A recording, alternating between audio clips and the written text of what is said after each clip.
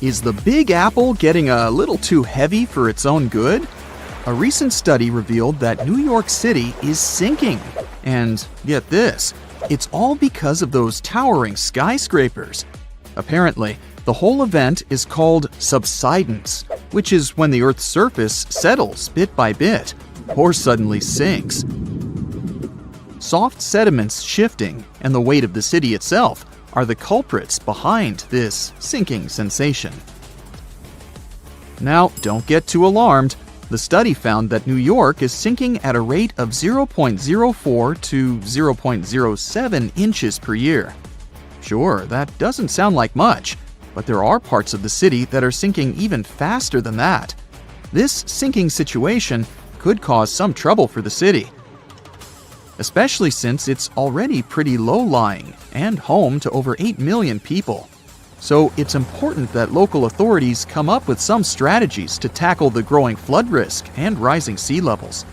Although, I'm not sure building giant seawalls is the way to go. We might need to get a little more creative than that.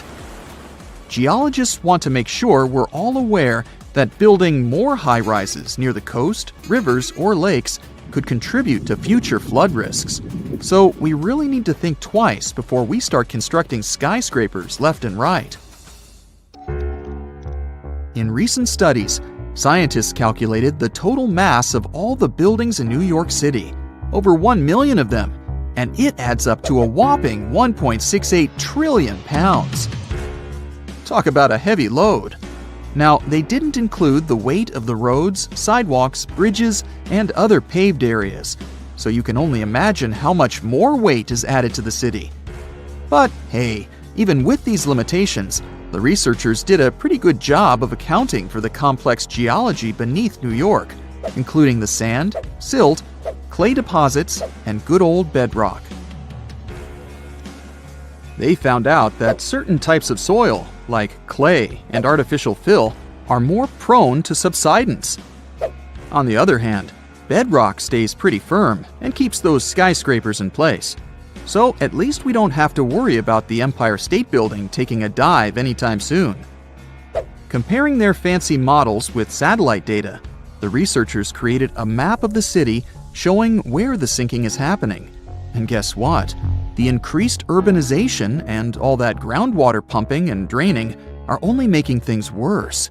It's high time we start protecting our resources, don't you think? I wouldn't start packing my bags just yet. New York isn't the only sinking city out there, you know. Jakarta, the capital of Indonesia, is facing some serious sinking action too. In fact, parts of it could be underwater by 2050. That's like a real-life Atlantis situation. Over 30 million people in Jakarta are now deciding if they should relocate the entire city. If there's a city out there we should worry about sinking, that's Venice for sure. But why is it so eager to take a dive, you might ask? Well, let me tell you the complex truth. You see, Venice decided to set up shop on a marshy lagoon with shoddy foundations. As time went by, the ground underneath just couldn't hold it together and started compacting like a squished marshmallow. On top of that, the city's been slurping up groundwater like it's going out of style or something. The cherry on top of this mushy cake is that the sea levels have also been slowly rising. And guess what? Those sneaky plate tectonics are having a laugh by shoving the Adriatic plate under the Apennine Mountains, giving Venice an extra push downward. Someone had the bright idea to stop pumping groundwater, thinking they could stop the sinking shenanigans. But hold your gondolas. A new study revealed that the sinking hasn't completely stopped, just slowed down a bit. It turns out the whole area is tilting ever so slightly to the east, with Venice perched on the slightly higher end.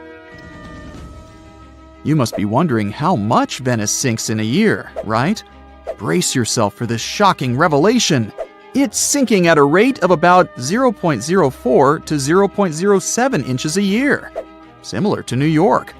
At this pace, in the next 20 years, it could sink a whopping 3 inches below sea level. To avoid turning into a Venetian fishbowl, locals are frantically building special barriers to keep the water from crashing into the lagoon. But don't hold your breath, because this project has had more delays than you'd expect. Oh, and have you noticed that charming old-style vibe in Venice? It's not just because they're fans of the vintage look. Those salty waters have been wreaking havoc on the buildings, thanks to the water levels constantly breaching the original damp-proofing. Now the water's cozying up to the masonry, and the ground floors of many apartments are no longer safe enough to live in. Now, when will Venice take a dive into the abyss? It's hard to say for sure. Subsidence and rising sea levels are as slow and unpredictable as a turtle in a marathon. But experts have playfully warned that if things continue as they are, Venice could be doing the backstroke beneath the waves by 2100. Fear not, though. They're doing their best to protect this floating gem of history and culture from becoming a Hollywood disaster flick. So don't cancel that Venice day trip just yet. New Orleans has a peculiar watery situation going on too. You see, this lively place was initially built just a smidge above sea level, and now it's gradually sinking. Back in the day, when an area of the city called the French Quarter was just popping up, folks had to make do with what they had. They scored the best land they could find, but it was only about 10 feet above sea level. And let's not forget, the rest of the city is as flat as a pancake, with the areas around the French Quarter being just a hair lower. Now, even though they knew they were up against some soggy odds, the resourceful New Orleans residents did their best to elevate their houses above the flood-prone land they chose as their home. There's more. The ground beneath New Orleans is as wobbly as a plate of Jell-O. Architects had to keep things short and sweet because they feared the soil couldn't handle the weight of taller structures. They played it safe, sticking to 2 or 2.5 stories. Here's where it gets interesting. The city installed a fancy drainage system in the 1900s, thinking it would solve their water woes. And while it did help with the marshes and all, it inadvertently sucked the life out of the soil. Yep, the ground was left high and dry, without enough sediment and water to keep it steady. As a result, those former marshes sank as if they were in a quicksand competition. By the 1930s, things got even more topsy-turvy. 1/3 of the city was below sea level, and by the time Hurricane Katrina made its grand entrance, that number skyrocketed to around 50%. Oh, and here's the icing on the cake. Sea levels decided to join the party, rising faster than a helium balloon. So now, not only is New Orleans sinking, but the surrounding area is also at various degrees below sea level. So, what can we do about all these sinking cities? Well, for instance, we could manage our water consumption a bit better.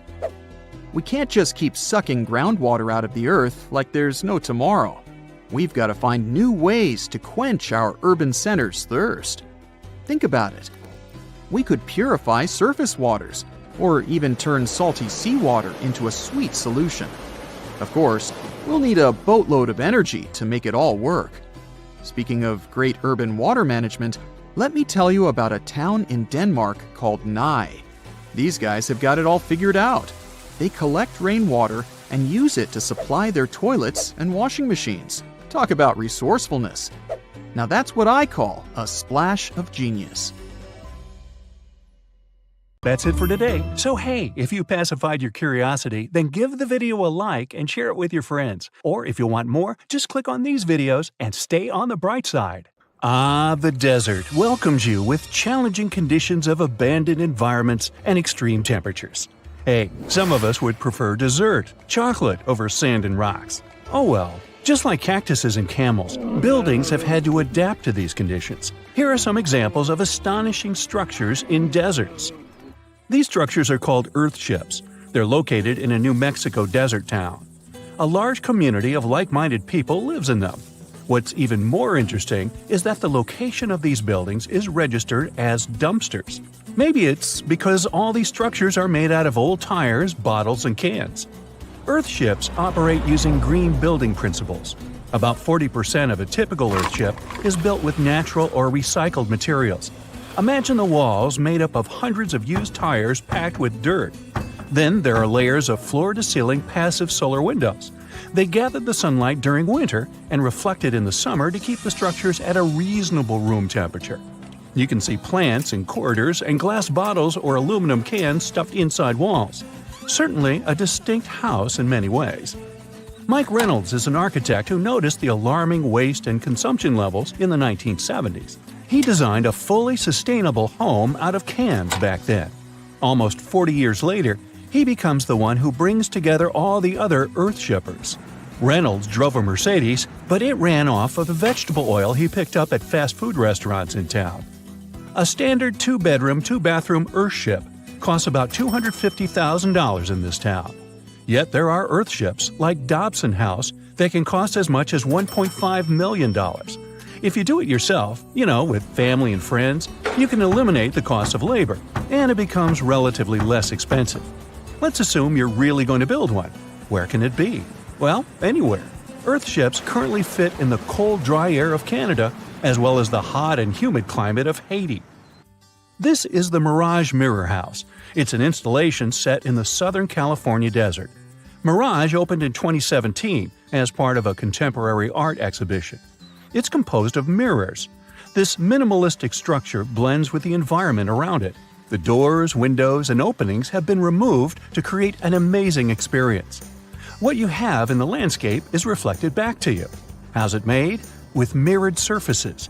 At night, the distant lights refract from the mirrors. In the daytime, the sky is transformed into banks of clouds. There's no fixed scenery in this house.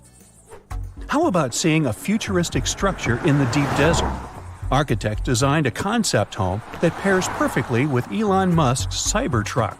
The house has a post-apocalyptic theme. I mean, when I say post-apocalyptic, it's because I can't say it. Anyway, the house is designed to survive in a disaster scenario. The cyber house has steel gates, the windows are armored, and the exterior walls are made out of super strong material. Modern house is controlled by an autonomous geothermal heat pump. To put it in less sci-fi terms, you can keep the internal temperature steady. This sleek house has an entrance that can fit the Cybertruck. After all, it's inspired by it in the first place. Plus, the Cybertruck can be lifted to the second floor to be more secure. This is King Abdullah Petroleum Studies and Research Center in Saudi Arabia. Basically, it's a laboratory in a desert. It was designed to demand minimum energy. The architecture has patterns on the walls and ceilings, giving reference to the local tradition of geometric form. The next stop is Swartberg House in South Africa. This one is located near the Swartberg Mountains, but don't get too excited. It's on the edge of the Great Karoo Desert. It's a 4-bedroom apartment. It has a special temperature regulating system. The system works like a shield from the heat in the summer and as a sun trap in the winter. You're looking at the Grand Mosque of Djenné in Mali. This mosque is 52 feet tall. This is impressive because it's made of only sticks and a special mix of mud and other natural elements found in the desert. Petra is an ancient city hidden in the Jordan Desert. The structures are carved directly into red, white, and pink-colored sandstone cliff faces. It's located among the canyons and mountains near the desert. The place was a trade center many years ago. You might already see pictures of the impressive facade of the treasury. This structure still holds many mysteries in it. For starters, scientists can't explain how the Nabataeans managed to create such a structure thousands of years ago. Did you know that there's another mysterious place in the middle of the desert that has a similar structure to Petra? Madain Saleh was like a second capital of the Nabataean kingdom. Yet another secret they left for us to decipher. It has over 100 decorated tombs and more than 1,000 non-monumental graves. Plus, inscriptions and cave drawings are also here, again surrounded by sandstone. This wooden shack was a post office once. The structure is in the Tengger Desert of Mongolia. It's surrounded by nothing. Sand is the only thing that accompanies the lonely structure. The building is only 23 square inches. As you can guess, it didn't get too many visitors. It was abandoned for over 35 years. Its fate changed one day when a woman discovered the building. Mrs. Zhang and her friend came up with an idea.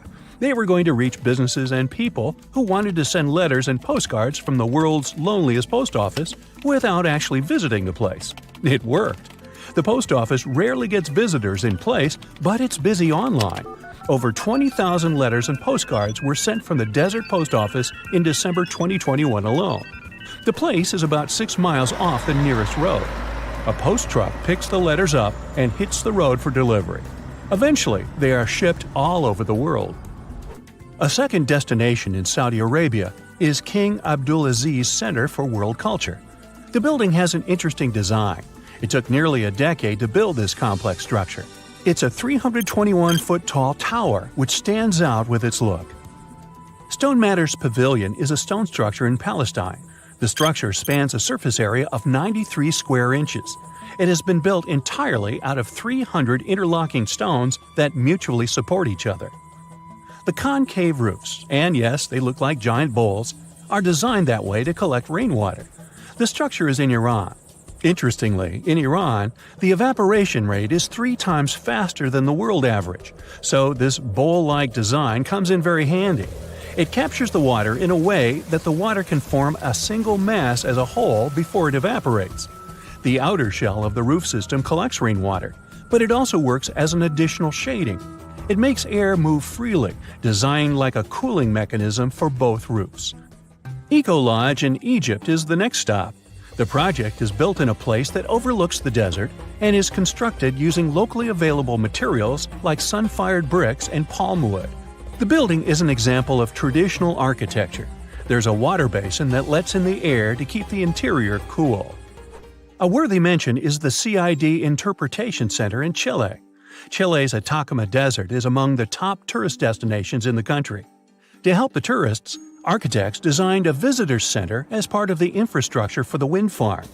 Here, the cold winter months don't freeze people because the large windows make the most of solar heating. What's even more interesting is that the building is designed to go completely dark at night. Imagine you somehow bumped into the building by accident. Black Desert House is a building respecting the stars. At night, this house goes completely dark. It dissolves into the night, so the stars can appear more prominent. Now, any mysterious desert buildings you know that aren't on this list? Let us know in the comments. That's it for today. So hey, if you pacified your curiosity, then give the video a like and share it with your friends. Or if you want more, just click on these videos and stay on the bright side. Hey, if you think Stonehenge is one of the oldest stone monuments ever, well, let me introduce you to Göbekli Tepe. Buckle up, we gotta travel to Turkey to meet this really old guy. Yeah, he's too old to travel. Jokes aside, Göbekli Tepe, an archaeological site located in southeastern Turkey that dates back to the Neolithic period around 10,000 BCE. It's considered to be one of the oldest and most significant archaeological discoveries in recent times. The site consists of a series of circular and rectangular structures made of stone pillars. Yeah, it does look like its younger brother Stonehenge. Some of those pillars are decorated with intricate carvings of animals and other symbols. Now, you maybe wonder, hey, why on earth did they make such a fascinating building? What was its purpose? Sorry, I got no answer for that. The purpose of the site is still unknown, but it is believed to have been a ceremonial center for the ancient people who lived in the area. The discovery of Göbekli Tepe has challenged long-held beliefs about the development of human civilization, as it suggests that complex societies may have emerged much earlier than previously thought. Okay, pack your stuff, our travel's just started. Next destination, Masada. It's an ancient fortress located in Israel on a plateau overlooking the Dead Sea.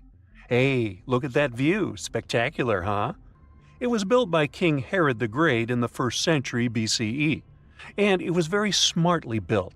Within the fortress, there were various facilities such as storehouses, barracks, a palace, and a set of cisterns capable of holding approximately 40,000 cubic meters of rainwater. People living there believe that the collected runoff from a single day's rainfall could provide sustenance for over 1,000 individuals for a period of 2 to 3 years. Access to the fortress was limited to 3 steep and winding paths leading up to fortified gates. Still, at one point, the fortress was occupied by people who had fled Jerusalem after the city was captured by the Romans. They held out against the invaders for several months, but eventually they were defeated. But these guys didn't surrender. The story of Masada has become a symbol of resistance and bravery.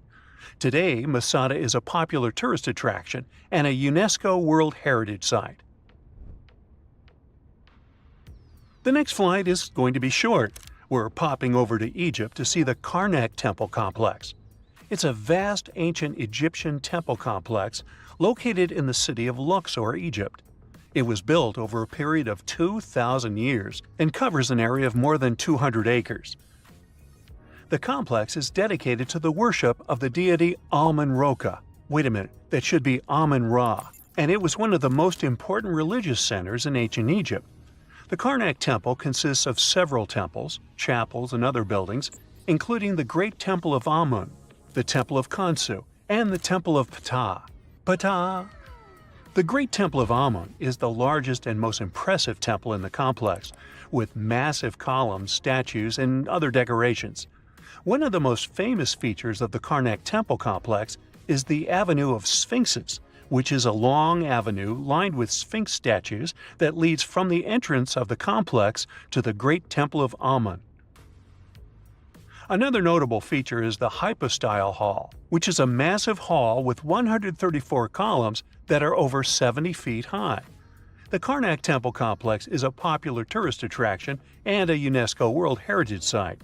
It's considered one of the most important archaeological sites in Egypt and provides a fascinating glimpse into the religion and culture of ancient Egypt. Hey, we can't hop on the next flight and leave Egypt until we see the Pyramid of Djoser. It has another name, by the way. It's also known as the Step Pyramid. This ancient Egyptian site is located in Saqqara. It was built during the 27th century BCE for the pharaoh Djoser by his architect Imhotep, who is considered one of the most important figures in Egyptian history. People believe this pyramid is the first monumental structure built entirely of stone and is an important example of early Egyptian architecture. The pyramid originally stood at 203 feet tall and was surrounded by a complex of buildings and courtyards. It was constructed in 6 layers, each smaller than the one below it, giving it the distinctive step-like appearance. The pyramid was used as a burial place for Pharaoh Djoser and was surrounded by a vast necropolis that contained the tombs of many other important officials. The Grateful Dead? The Pyramid of Djoser has several renovations and additions over the centuries, including the addition of a limestone casing that covered the original step structure. However, much of the pyramid was destroyed over time, and today only the central core remains. Despite this, it remains an important archaeological site and a popular tourist attraction in Egypt. Alrighty, we're ready to move on. There's one more pretty recent discovery we gotta see today. The Tower of Jericho was only discovered during excavations in the 1950s and 60s. It's an ancient stone tower located in the city of Jericho in the West Bank. Just like Göbekli Tepe, this one is believed to be one of the oldest stone structures in the world, dating back to approximately 8000 BCE. The tower stands at over 28 feet tall. It's made up of 2 main sections, an inner tower and an outer tower, which are connected by a series of stairs. The purpose of the Tower of Jericho is not entirely clear, but it is believed to have served as a defensive structure or a watchtower. It may have also had religious significance, as it was located near a sacred spring. The Tower of Jericho is a significant archaeological site and has provided valuable insights into the early history of human civilization. It's open to visitors and is a popular destination for tourists interested in ancient history. Now, this ancient site even got attention from Netflix, and they made a movie where the action takes place in Mohenjo-Daro. This site was a major center of the Indus Valley civilization in present-day Pakistan. Mohenjo-Daro was one of the largest cities of the ancient world, with a population estimated to have been around 40,000 in its peak. Trust me, that must have been a crazy megalopolis back then. The city was notable for its advanced urban planning, with sophisticated drainage and sanitation systems, and its impressive architecture, including the Great Bath and the Granary. Mohenjo-Daro was abandoned around 1900 BCE, and its ruins were only rediscovered in the 1920s. Today, it is a UNESCO World Heritage Site and an important archaeological site for the study of ancient South Asian civilization. We're heading to a teeny-tiny country that has quite an impressive history. Welcome to Malta.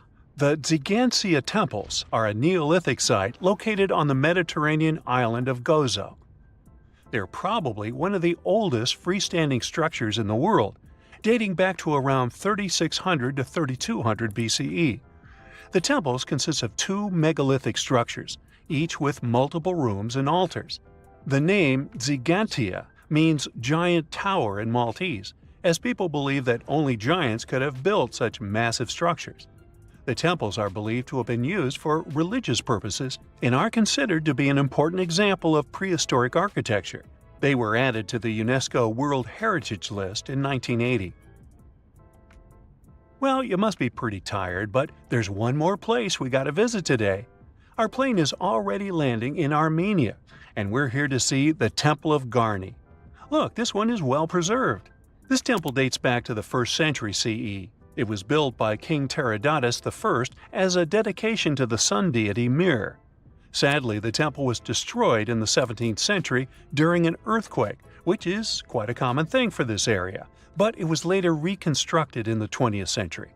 Today, it's a popular tourist attraction and is also listed as a UNESCO World Heritage Site. That's it for today. So hey, if you pacified your curiosity, then give the video a like and share it with your friends. Or if you want more, just click on these videos and stay on the bright side. Have you ever seen a skyscraper that can change its shape? The creators of the F&F Tower in Panama City had a concept and only $50 million, which isn't a lot in skyscraper money. So they couldn't afford a mistake, and they finished a concrete structure with the 39 upper floors rotating 9 degrees around an axis from the first attempt without spending any extra time or materials. Dubai's rotating tower will look different every time you see it once it's finished. Each of its 80 floors will rotate 360 degrees individually around the center of the building. The lucky residents will be able to control that rotation, which means they can choose their view from the window. A complete lap should take about 90 minutes. And no, the tower won't be a huge waste of electricity. It will produce its own energy. Wind turbines between the floors will drive the rotations. If you've ever wanted to live inside a video game, book an apartment in the King Power Mahana Khan building. This pixelated skyscraper, around the height of the Eiffel Tower, is the tallest building in Thailand. The secret behind its looks is the horizontally and vertically divided glass windows. It took 5 years to finish this beauty with over 200 apartments, a hotel, luxury shops, restaurants, and one of the most breathtaking viewpoints in the world. The Libyan International Building features one of the world's tallest artificial waterfalls, running right down its side. No worries, they only turn it on special occasions, and it uses a mix of recycled tap water and rainwater. When it started running for the first time, the non-informed locals even reported a huge water leak. The Cybertexture office building in Mumbai looks like a huge egg made of glass and steel. It was actually inspired by a vessel that, like our planet, has its own ecosystem. To bring down the heat levels inside, the architects chose the ideal orientation and added sun shading and an underground cooling system. The Marina Bay Sands in Singapore seems like a Stonehenge look-alike, but its architect claims that he was inspired by a house of cards. The horizontal one is balanced on the 3 vertical ones. They are 3 55-story hotels with restaurants, nightclubs, gardens, shops, museums, and movie theaters. The horizontal card is an infinity swimming pool with the best view of the city for up to 4,000 visitors. The pool hangs at the height of the 57th floor, and it feels like nothing is holding it. The dancing house definitely stands out among the more traditional architecture in Prague. The nickname for the house is Fred and Ginger. The stone tower symbolizes the famous dancer Fred Astaire, and the glass tower, his partner, Ginger Rogers. There's even imaginary hair on top of Fred's tower. 99 concrete panels support the dancing shape, all of them of different dimensions. Umeda Sky Building, twice the height of Big Ben, consists of 2 towers of glass and steel to the north of Osaka Station. The floating garden observatory connects the towers on top.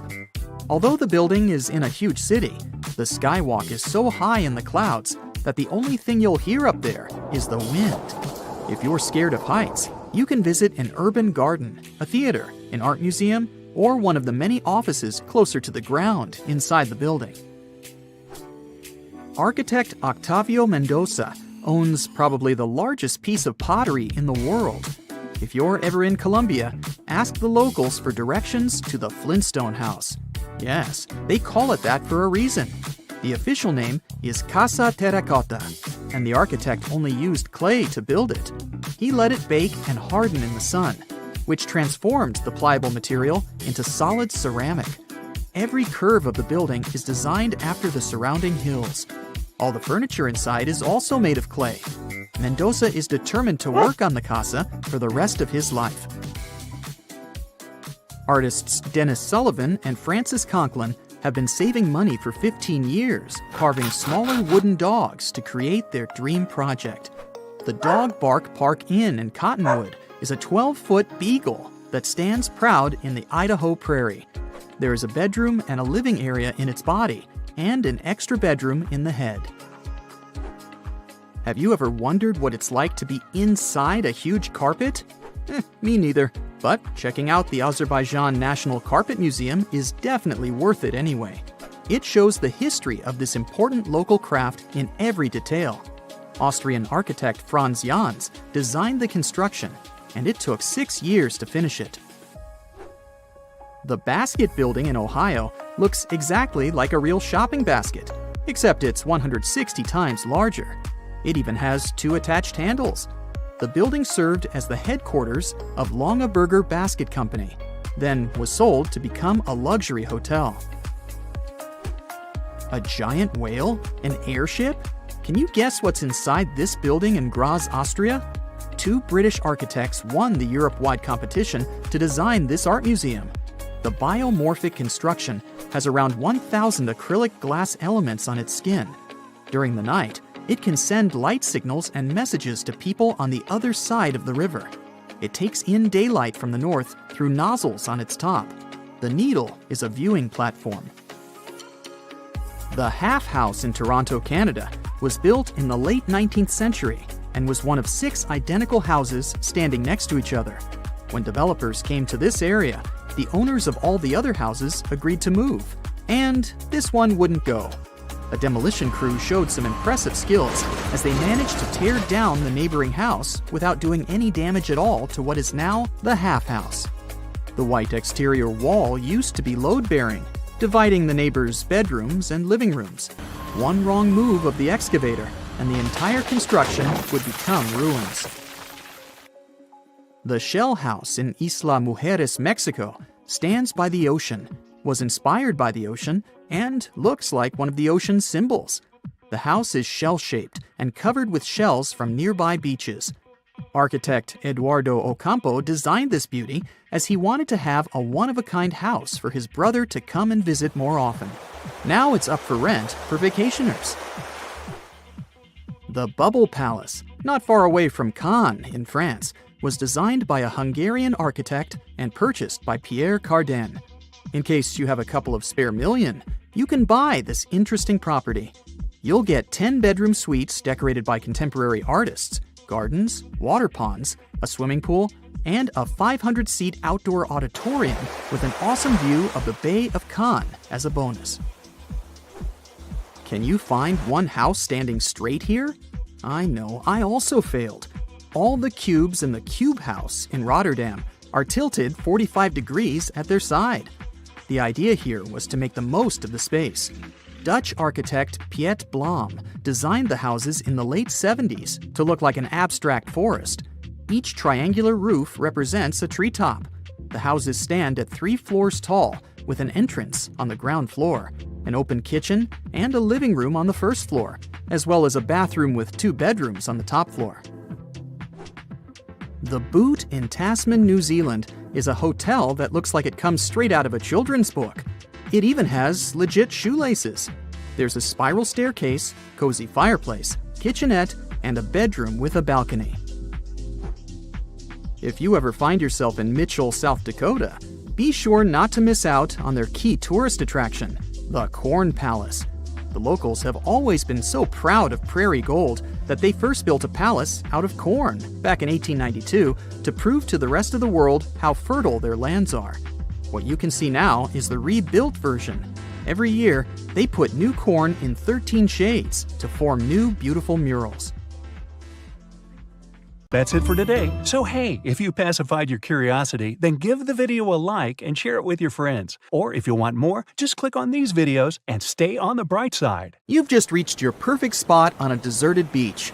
It's so quiet here that you start to doze off. But as you open your eyes, you are shocked. Wait a minute, is that an actual house that's just been washed up on the shore? It may sound like the beginning of a sci-fi novel, but not if you live near this beach in El Salvador. There's a mysteriously abandoned house there that looks as if it's just been washed ashore. How did this villa end up there? How long has it been here without anyone noticing it? This mysterious construction is 46 miles south of El Salvador's capital, San Salvador. Locals say the building used to be a hotel called Puerto Ventura. At the time it was built, its main attraction was the fact that it was really close to the sea. Unfortunately, the engineering behind it wasn't well planned out, all because locals didn't need any official permission to start the construction. The hotel was too close to the water and dangerously exposed to the elements.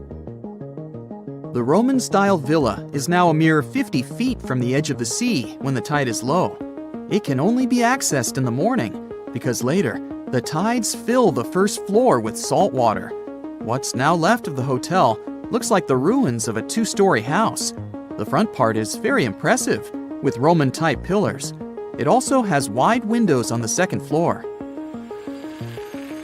You can still see parts of the iron structures and remains of what used to be the gateway to the second floor. There are some bleachers at the top of the building. They're sometimes used by tourists. More and more people are now browsing the area, taking photos, even though the building is obviously not safe for climbing. There's little information on how long it's been sitting in its current location, but some locals say it's been there for at least 20 years. It had remained a local secret for years before it was discovered by a TikTok user in 2021. But that doesn't answer the question. How did the hotel end up in another location altogether? This is where things become a little fuzzy. While some locals say that the building was abandoned decades ago, others claim it was deserted after Hurricane Mitch hit the area back in 1998. Hurricane Mitch was one of the most dangerous weather phenomena to ever hit Central America. During the storm, the winds traveled at 178 miles per hour, and the hurricane itself lasted for about 15 hours. It was also the cause of a huge amount of rainfall, which resulted in floods and many dangerous landslides. Being built so close to the shoreline, the former hotel had little chance of surviving the extreme weather conditions. So, it must have been literally displaced. After sitting under the sun, you might start dreaming of some snowballs getting washed ashore. To even out the temperature. I'm not kidding. This strange natural phenomenon did happen back in 2016. It resulted in about 11 miles of the coast of the Gulf of Aab in West Siberia getting covered with huge snowballs. Because of the low temperatures, small pieces of ice started to form in the water. Afterward, the wind and waves rolled them into giant snowballs. Some of them were the size of a tennis ball, but others were up to 3 feet wide. A 2004 Harley-Davidson night train motorcycle popped up ashore on a British Columbia beach back in 2012. It was neatly packed inside a shipping container. It took some time to do it, but the owner was eventually traced down. His name was Ikuyo Yokoyama, and he lost his motorcycle after a tsunami struck Japan on March 11, 2011. To get to its final destination, the Harley-Davidson traveled more than 4,000 miles. To celebrate its long journey, Yokoyama donated the bike to the Harley-Davidson Museum in Milwaukee. It's been on display there ever since, in case you want to visit. This strange phenomenon made it look as if someone spilled dish soap all over the beach. But it does happen pretty often in Queensland. Sea foam covers the shore there a couple of times each year. It mostly happens after a storm, when ocean waves move dissolved organic matter around. It's basically like a giant ice cream maker. After Cyclone Debbie back in March of 2017, some beaches actually needed to be closed because of huge amounts of white foam. The wind even brought some of that foam to the nearby towns, making locals believe it was snowing. Would you be surprised to see a 6 by 6 foot rusty metal die washed ashore on your local beach? Because back in 2017, people in Coeur d'Alene in Idaho sure were. It turned out to be an old storage tank. Someone decided to spice it up a bit by adding some white spots to make it look like a die. In 1992, thousands of rubber duckies got stranded at sea after a large container ship that was transporting them was hit by a wave. As you can imagine, the ducks started popping up all over the world, in Hawaii, Alaska, South America, Australia, in Europe, and even in the Arctic. It's estimated that a couple hundred of those unlucky rubber ducks are still out there. Interestingly, they turned out to be very useful to scientists. Based on their movements, researchers can monitor the direction of water currents. If you happen to like dinosaurs, you'll be happy to know sea waters can also bring ashore some fossils. In 2018, a large dinosaur jawbone ended up on the coast of Lilstock Beach in Somerset, England. It used to belong to a dinosaur called Ichthyosaurus. Thanks to this finding, scientists were able to make an impressive discovery. Before, they thought the Ichthyosaurus could reach a maximum length of about 69 feet. But after they studied the jawbone, they ended up recalculating the creature's size. They concluded that the Ichthyosaurus could grow up to 85 feet. The megalodon was the largest predator in our planet's history. It lived almost all over the globe, except near the poles. How do we know that? Because megalodon teeth keep appearing on beaches every now and then. One staggering megalodon tooth, which was way over 20 inches long, was discovered in a river in Croatia. Since these creatures have been extinct for about 3 million years, their teeth are highly prized by fossil hunters. A giant Lego man that washed ashore is something I never thought I'd hear about. And it turns out it didn't happen just once. There were 4 of these giant Lego men in total, each around 8 feet tall. One was found in England and one in the Netherlands, while the other 2 popped up in Florida and California. It was surely not a coincidence, and after some research, people found out that a Dutch artist was behind this. Ego Leonard started this project as a personal statement campaign. A short film was even made about this, and it was called No Real Than You Are. This sentence was written on each of the 4 Lego men put to sea. A bundle of over 50 letters was washed ashore in New Jersey on a beach in Atlantic Highlands back in 2012. It happened shortly after Hurricane Sandy had struck the area. A 14-year-old boy found the letters and gave them to his mom. She was so touched by them that she decided to carefully dry and return them to their owner. The letters were the correspondence of 2 people named Dorothy and Lynn. They were dated between 1942 and 1948. The last was written a week before their wedding.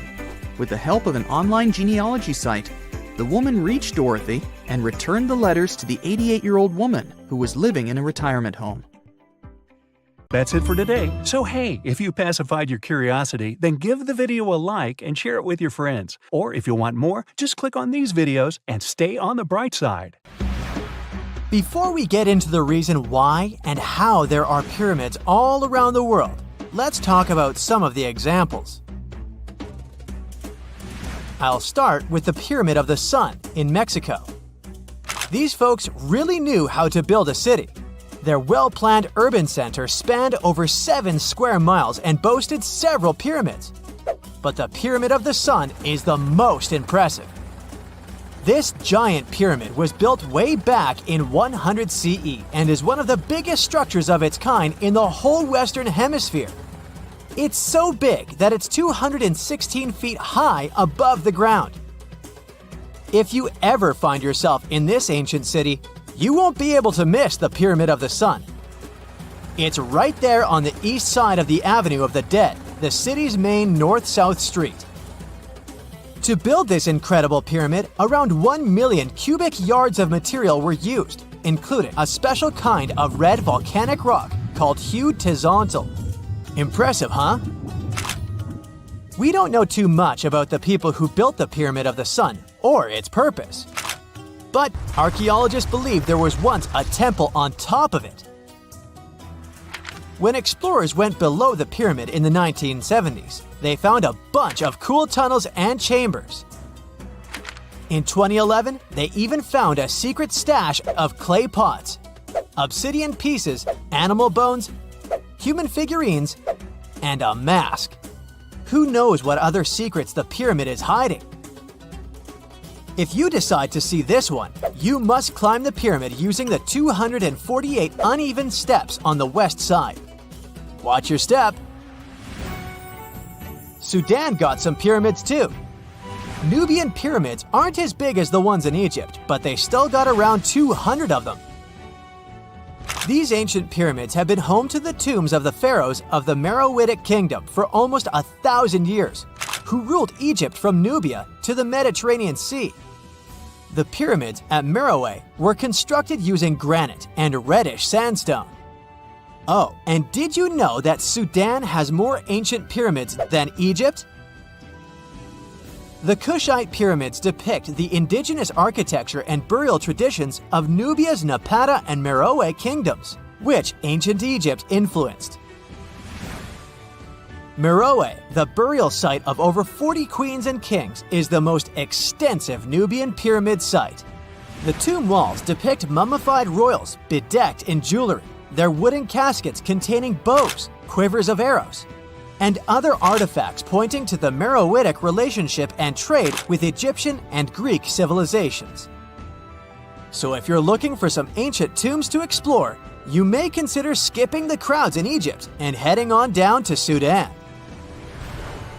Let's fly to Iraq to see some more pyramids. Ziggurats have fancy receding layers and tiered temples. Instead of a smooth exterior, it has tiers like a cake. Perfect for all the important work and rituals that went on inside. You can find these towering structures scattered throughout Iraq and Iran, and they're a real testament to the power and skills of the people who built them. One of the biggest and most impressive ziggurats is the ziggurat at Ur. It's basically a giant rectangular pyramid that stands a whopping 70 to 100 feet tall, with 3 levels of terraces and a temple on top. Can you imagine how many baked bricks it took to build that thing? Try 720,000 for just the lower portion. This particular ziggurat was built for Sumerian king Ur-Nammu. Similar to other ones, this pyramid has been around for thousands of years, so it got a little rough around the edges. Thankfully, the Babylonian king Nebuchadnezzar II and some archaeologists came to the rescue in the 6th and 20th centuries respectively, and now you can find this near Talil Air Base. The ziggurat at Ur was built in 2100 BCE by King Ur-Nammu for the moon deity Nana. It was the tallest building in the city, and you could see it from miles around. It was like the medieval cathedral spire of its day. People would come here to bring their agricultural surplus and get their food allotments and seek spiritual nourishment. Sadly, the Nana temple at the top of the ziggurat didn't survive, but we do have some blue glazed bricks that may have been part of its decoration. The lower parts of the ziggurat are pretty amazing though. The architects even included holes in the temple's baked exterior to let the water evaporate from its core. Since we explored some of the pyramids on our planet, let's take a broader perspective. They can be found in many parts of the world. Egypt has over 100 pyramids, double that number in Sudan, and dozens of others are scattered in the Middle East and China. The Americas have the most pyramids in total, with more pyramids than the rest of the world combined. These pyramids are located in Mexico, Guatemala, Honduras, and El Salvador. Time to know more about the evolution of pyramids through history. The oldest pyramid is in Egypt. This pyramid was a step pyramid, which was created by placing one layer of stone on top of another. The pharaoh Sneferu is credited with creating the pyramid shape we recognize today. During his 45-year reign, he built 3 pyramids. His first 2 attempts failed, but he finally got it right with the Red Pyramid, which is considered the first true pyramid. It was Sneferu's son, Khufu, who built the Great Pyramid of Giza, which was the tallest human-made structure on Earth for almost 4,000 years. Latin American pyramids are similar to early Egyptian step pyramids, but they were built independently with no knowledge of each other. The pyramids in Sudan were built around 700 BCE and are tall but much narrower than those in Egypt. How in the world did all these civilizations build these things without even texting each other? After all, the Aztecs, Mayans, and ancient Egyptians were about as different as possible. But despite their cultural differences, they all seem to agree on one thing. Pyramids were pretty cool. Step pyramids are all around the world because they were the most feasible and stable way to build large and tall structures without access to lighter building materials like wood and metal. The triangular form with a square base is the best way to build a sturdy structure, and having a cube structure would require more material for less height. Now, when it comes to pyramid design, the Egyptian pyramids were like giant triangles with a square base, smooth sides, and a pointy top. On the other hand, the Aztecs and Mayans went for a tiered cake look, with steps leading up to a flat platform on top. So, while all these pyramids share the same basic shape, they have their own unique flair. Each group built its pyramids using different materials, techniques, and slope angles. So while they may have been inspired by each other's work occasionally, they were just doing their own thing.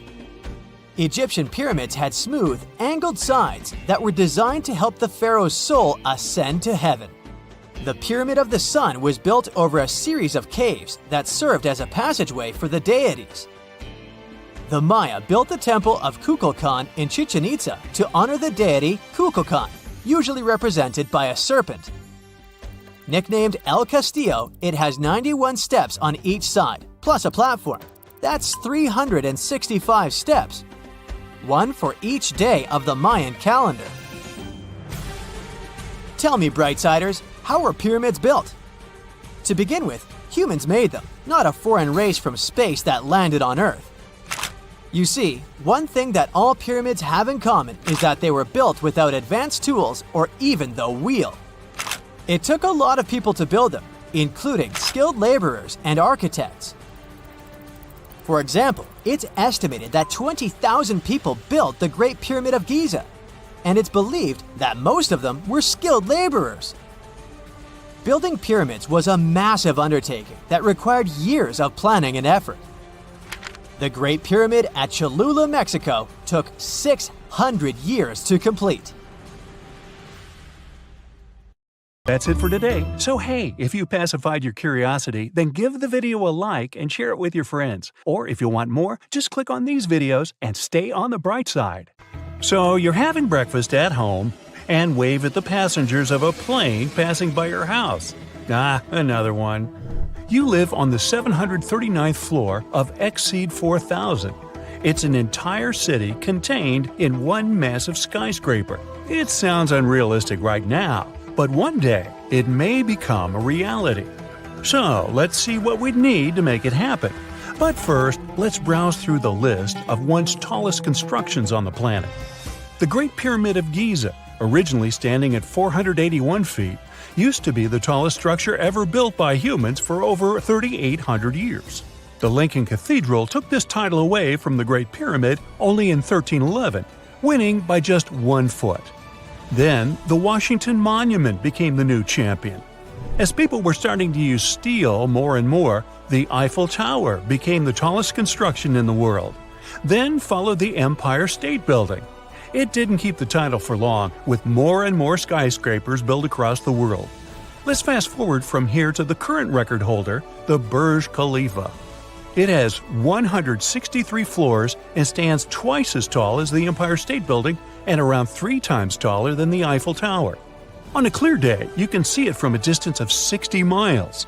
It takes a whole 1 minute in a high-speed elevator to get from the ground floor to level 124, where one of the observation decks is located. It took 6 years to finish this beauty, which became one of the symbols of Dubai. Speaking of its location, if you've ever tried building something in the sand, you know how hard it is to make the construction stable. The engineers had to drill 192 holes under the 110,000-ton concrete foundation of this massive construction. They also brought millions of tons of sand from Australia. Yes, they brought extra sand to the desert because the local sand gets doughy, almost like snow, in endless dust storms. The Australian sand is less smooth and has turned into a perfect base for the building. Thanks to the friction between concrete and soil, these piles don't move at all, and the foundation remains solid. Now, the same architect designed another building that is supposed to become the new record holder. The Jeddah Tower in Saudi Arabia is supposed to be almost 600 feet taller than Burj Khalifa. Once finished, the construction, made of 80,000 tons of steel, will host the world's highest observatory. Jeddah Tower will have 59 elevators, and some of them will be double-decker ones. The bottom third of the skyscraper is supposed to be office spaces. The next levels will host a luxury hotel, and the remaining 167 floors will be reserved for apartments. The narrowing silhouette of the building is supposed to help it withstand winds and gravity. The base will definitely be extra wide to make the entire construction stable. Only 1/3 of the building has been finished so far, and construction has been frozen for an unknown period of time. The reasons for this decision don't have to do with geology or climate. Humans have learned to deal with all kinds of soils and conditions. For example, if we want to build our future skyscraper in a seismically active zone, we'd need to make it flexible. Piles can hold the weight of the building, but the concrete pad would stand on huge springs. During an earthquake, the ground will shake and move from side to side, but the springs will dampen and compensate for the movement, so the building will stay in place. The wind is another problem for skyscrapers. The taller the building, the more the wind's affected. That's why most skyscrapers are built to be able to sway in the wind or have holes to allow the wind to pass through instead of crashing against the building surface. So, in theory, if you have the right materials and enough funding, you can go as tall as you want. All you have to do is expand the base to make your construction stable. Now, because our planet is spherical in shape, you'd have to stop at some point. But even a base of that size would be enough to hold a skyscraper higher than Mount Everest itself. Exceed 4,000 building would stop halfway in that race, at a height of 45% of the world's tallest peak. Mount Fuji became the inspiration for this design that might actually be built in the Tokyo harbor. It will be a self-contained city in one building, powered mostly by solar energy. This city can become home to up to 1 million people. And these people might not have to leave their huge home, as there will also be offices inside. Engineers will need to work out several issues to make the whole project possible. Since the building will have 800 floors, there will be a huge difference in air pressure between the top and the bottom levels. They'll need to figure out a way to level it out so residents feel comfortable and healthy. Then, just imagine the number of power cables to enable the work of all the gadgets and mechanisms. They plan to replace those with renewable energy generators. The base of the building will have to be about 4 miles in diameter to support its huge weight. It's the same size as the bottom of some mighty mountain. The opening on the top will let some air and natural light flow inside, and lighten the load on the foundations. Exceed 4000 currently holds the title of the largest building that has ever been fully designed but is not on the list of buildings to be completed in the near future. Engineers don't rule out that with new materials and design innovations, it may be technically possible, but it would cost a lot of money. Another ambitious project that is so far just a concept is a 12.4-mile skyscraper. That's 24 Burj Khalifas put on top of each other. Wow! Science fiction author Neil Stephenson, who developed the project, suggested using this skyscraper as a liftoff ground for rockets. The author studied physics before taking up science fiction, so the project could be realistic with the right high-grade steel. Stephenson claimed it would be the cheapest way to launch rockets into space. The engineers would also have to take care of the winds that get pretty intense at a height like this. Speaking of space travel, we might not even need rockets to go up there in the not-too-distant future. The space elevator could take humans up to an altitude of 22,000 miles from the Earth's surface. The idea is actually nearly 150 years old. Both NASA and researchers from different countries agree we're now pretty close to its realization. Some construction companies claim they can build it by 2045. The first big step towards that goal is to test how an elevator would act in space. It will be a unique experiment, and a mini elevator used in it will be a prototype of the future grand project. Scientists are trying to find the right material to replace the regular cable. It would need to extend for tens of thousands of miles and would be too heavy for the future construction. It looks like an ultra-strong material known as graphene could do the job. Testing and building the elevator fit for space and a cable strong enough to hold it is one side of the story. Another problem is space debris, those pieces of rockets and spacecraft orbiting the Earth that could damage the construction if they run into it. But since many bright minds are working to solve this problem, we can be optimistic about it and expect the first launch several years from now. It will open up a whole new era of space exploration, as going up there will become a matter of pushing just one button. Woohoo! That's it for today. So hey, if you pacified your curiosity, then give the video a like and share it with your friends. Or if you want more, just click on these videos and stay on the bright side. You're standing in the middle of a vast, empty desert in Saudi Arabia.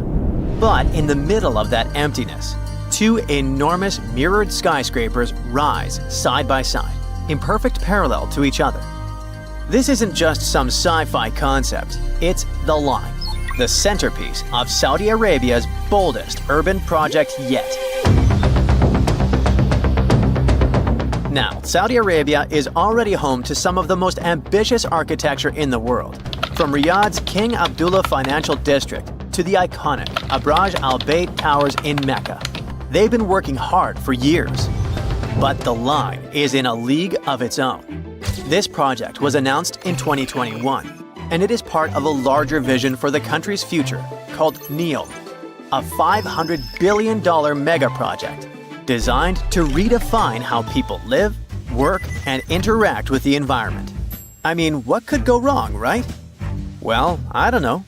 But Nadmi Al Nasser, the longtime chief executive of the ambitious project, has recently departed. Suspicious. Even more so because NEOM's statement issued soon after did not give any plausible reason for his departure. Then, the line project itself was originally expected to cost around $200 billion. But by 2024, that number had skyrocketed to a mind-blowing $2 trillion. That's about twice Saudi Arabia's entire GDP. And if you ask independent experts, they think it could end up costing even more. At first, the plan was to build about 10 miles of the project and have 1.5 million people living there by 2030. By now, the expectations are way more modest. Only just under 1.5 miles are likely to be done by 2030, with fewer than 300,000 residents. The project has come across a lot of problems along the way. Engineering issues and management problems have caused major delays, and progress hasn't been as fast as hoped. And now, let's figure out what exactly is the line. It's a literal city made up of two parallel skyscrapers, each towering 1,640 feet high. That's higher than almost all the tallest skyscrapers in the world. These skyscrapers are 656 feet wide and stretch for a mind-boggling 106 miles across the northwest of Saudi Arabia, right near the Red Sea. The most astounding thing? The entire city is actually within this one structure. There are no cars, no roads, no emissions. But we'll go into detail a bit later. The complex is supposed to house 9 million people, and all of this running entirely on clean energy. Such a project aligns perfectly with Saudi Arabia's ambitious Vision 2030 plan. The outside of the skyscrapers will be covered in mirrors that will reflect the surrounding desert landscape, creating an almost seamless blend between the city and its surroundings. Inside, there will be lush parks, cascading waterfalls, flying taxis, and even robot helpers to take care of everyday tasks. They're also planning to make an artificial moon as part of the city's design. One more thing that makes the line so unique is its design. Unlike traditional cities that spread out horizontally, the line is vertical. Everything, homes, offices, parks, schools, shopping centers, are stacked on top of each other in layers. This means that residents won't need to travel long distances to get what they need. In fact, the designers promise that all amenities will be within a 5-minute walk from anywhere in the city. And while it's compact in width, the city's vertically layered structure means it can comfortably fit all 9 million residents, while leaving plenty of room for parks, natural spaces, and modern conveniences. There's even a plan for year-round climate control, keeping both indoor and outdoor spaces at comfortable temperatures, no matter how harsh the desert weather gets. Of course, even with everything close by, people will still need to get around the city. Worry not. The line has it covered in the most futuristic way possible. It features a high-speed train system that will travel from one end of the city to the other in just 20 minutes. That's 106 miles in 20 minutes with only 4 stops along the way. Imagine being able to get anywhere in the city faster than you could drive across town in most places today. Besides the train, the line will also have autonomous vehicles. Those will be cars and shuttles driving themselves with the help of advanced technology.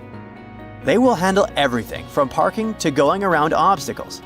Even cooler, in the line, every car, train, and any other piece of infrastructure will be connected in a huge network called the Internet of Things. Sensors and real-time data will allow traffic to flow smoothly, preventing delays and reducing congestion. They first spoke about the NEOM project in 2017. Besides the line, NEOM is supposed to include an octagon-shaped floating industrial city and a posh mountain ski resort. There, Saudi Arabia will host the Asian Winter Games in 2029. Plus, there will be the world's largest green energy plant, which will make the region self-sufficient and sustainable. The goal of NEOM is to attract people from around the world, not just to visit, but to live there. Residents will even be given their own identity, Neomians. Not everyone thinks this construction is a good idea. Some urban planners and architects have pointed out pretty big flaws in the city's straight-line layout. You see, in a regular city like Johannesburg, which covers way more ground than the line, 2 random people are usually only about 20 miles apart. But in the line, the average distance between 2 random people would be 35 miles. That's almost double, even though the line's overall area is way smaller. This setup could make it harder for people to connect socially and might be a pain to navigate, even with a high-speed train zipping through it. Now, they promise that every resident will have everything they need within a 5-minute walk, but there are doubts too. People wonder if living in a super compact, stacked-up design might end up feeling claustrophobic or even too much to handle. As for the whole mirrored exterior idea, it looks pretty cool in renderings. But there's an opinion it could actually mess with the environment. Reflecting all that sunlight in a desert might disturb local wildlife or create unexpected heat issues. The line's high-tech features sound amazing, but they come with their own set of headaches. The city is supposed to run on the Internet of Things tech and autonomous vehicles. Sounds awesome, right? But how are they going to pull that off for a 106-mile-long city? For things to run smoothly, every piece of tech, cars, trains, infrastructure, needs to be perfectly in sync, sharing tons of real-time data. If there's even a tiny glitch, it could throw a wrench into daily life for millions of people. Then there's that high-speed train. It does sound like a dream, but actually building and keeping it running in the middle of a desert is not so easy. The heat, shifting sands, and wear and tear on the tracks could cause big delays and rack up costs pretty quickly. People around the world are questioning if the line is even doable. The first inhabitants were supposed to start living there by 2030, but there are reports about scaling the project back, so that deadline feels like a big stretch. There's also a sustainability issue. The line is supposed to have zero emissions and 100% clean energy. But building something so massive is bound to take tons of resources. With all these challenges, Saudi Arabia is looking into new ways to fund the line and figure out which parts of their Vision 2030 projects to prioritize. An insider has recently said that some projects might go ahead as planned, while others could be delayed or scaled down. This lines up with what Ali Shahabi, who's on NEOM's advisory board, has said. He admitted that the Vision 2030 goals were always meant to be super ambitious. Like, almost too ambitious. But he argued that even if they only pull off part of it in time, it'll still be a big deal. That's it for today. So hey, if you pacified your curiosity, then give the video a like and share it with your friends. Or if you want more, just click on these videos and stay on the bright side. Wow, looky here. It's New York City, the Big Apple, the city that never sleeps. Hong Kong on the Hudson, the greatest city in the world. New York, New York, the city so nice they named it twice. Alright, I'll stop.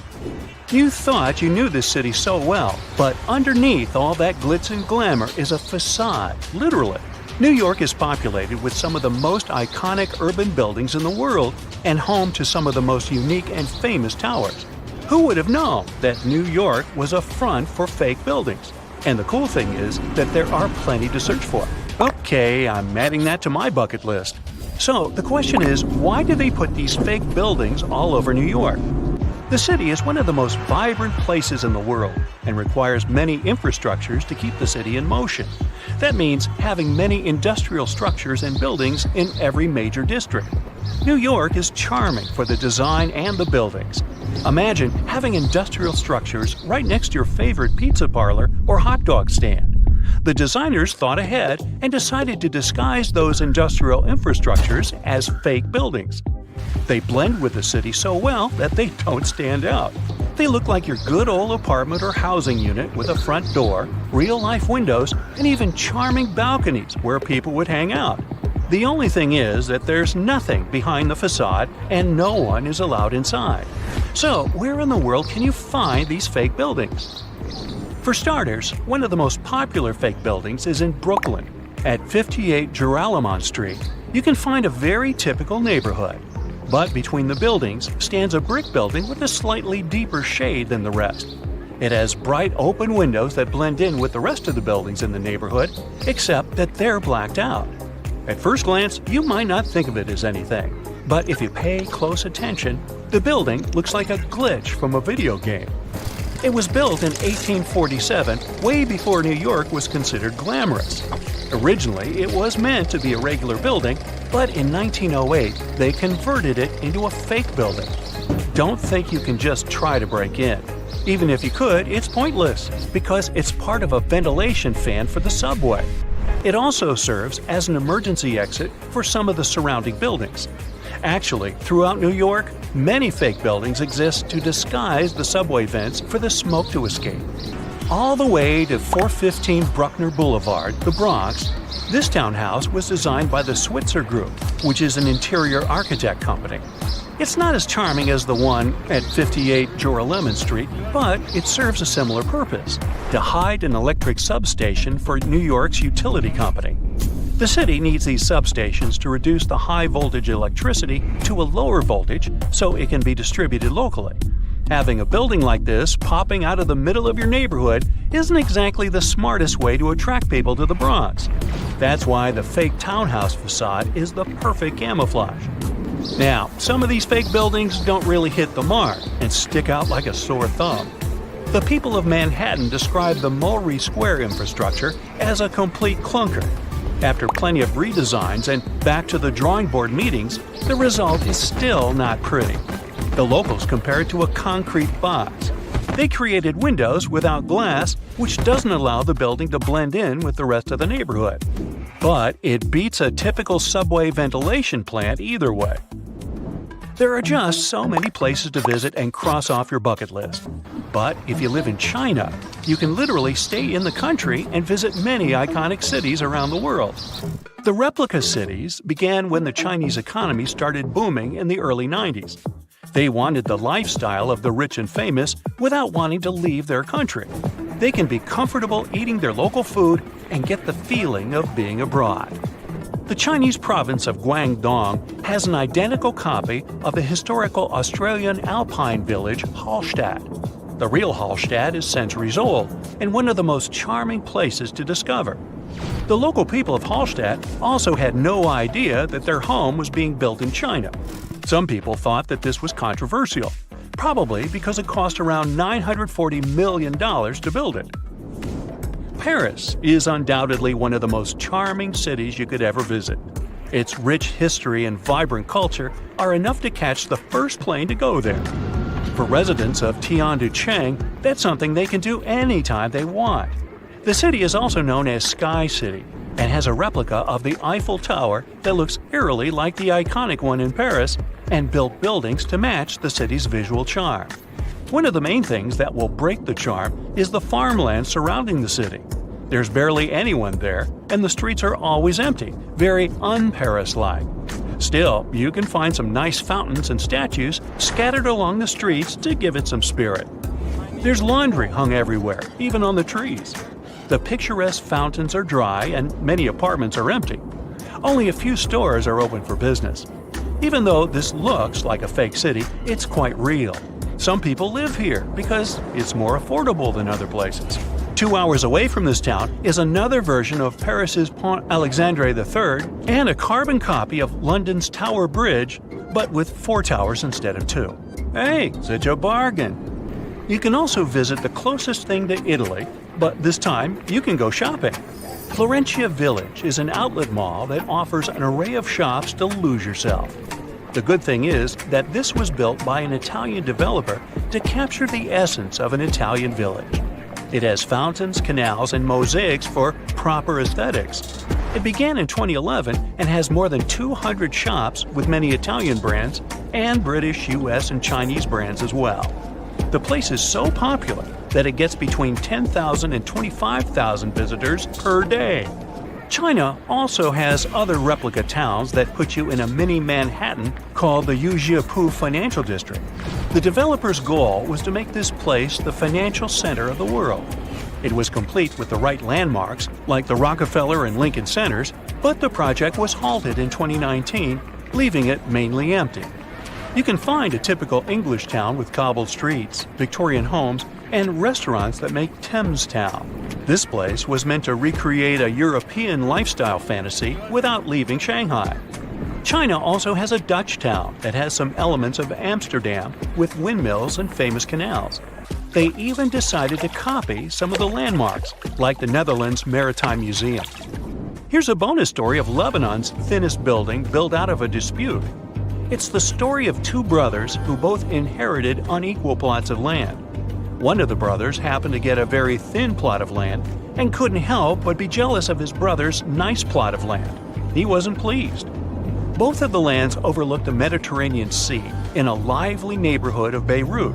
So it's no wonder that both brothers couldn't agree on how they should develop their lands. It was obvious that the brother with the most land could build a proper building. The other brother had to improvise. He decided to obstruct his brother's property by constructing a thin building enough to only fit 14 feet at its widest and 2 feet at its most narrow. It was constructed in 1954, and the locals of the area know it as the Grudge. The crazy thing is that the place was once habitable with many visitors enjoying their stay. It's not easy to live there, but it's part of living the experience. The building is still standing, but is empty. That's it for today. So hey, if you pacified your curiosity, then give the video a like and share it with your friends. Or if you want more, just click on these videos and stay on the bright side. I bet you've never heard of the legendary oasis of Zerzura.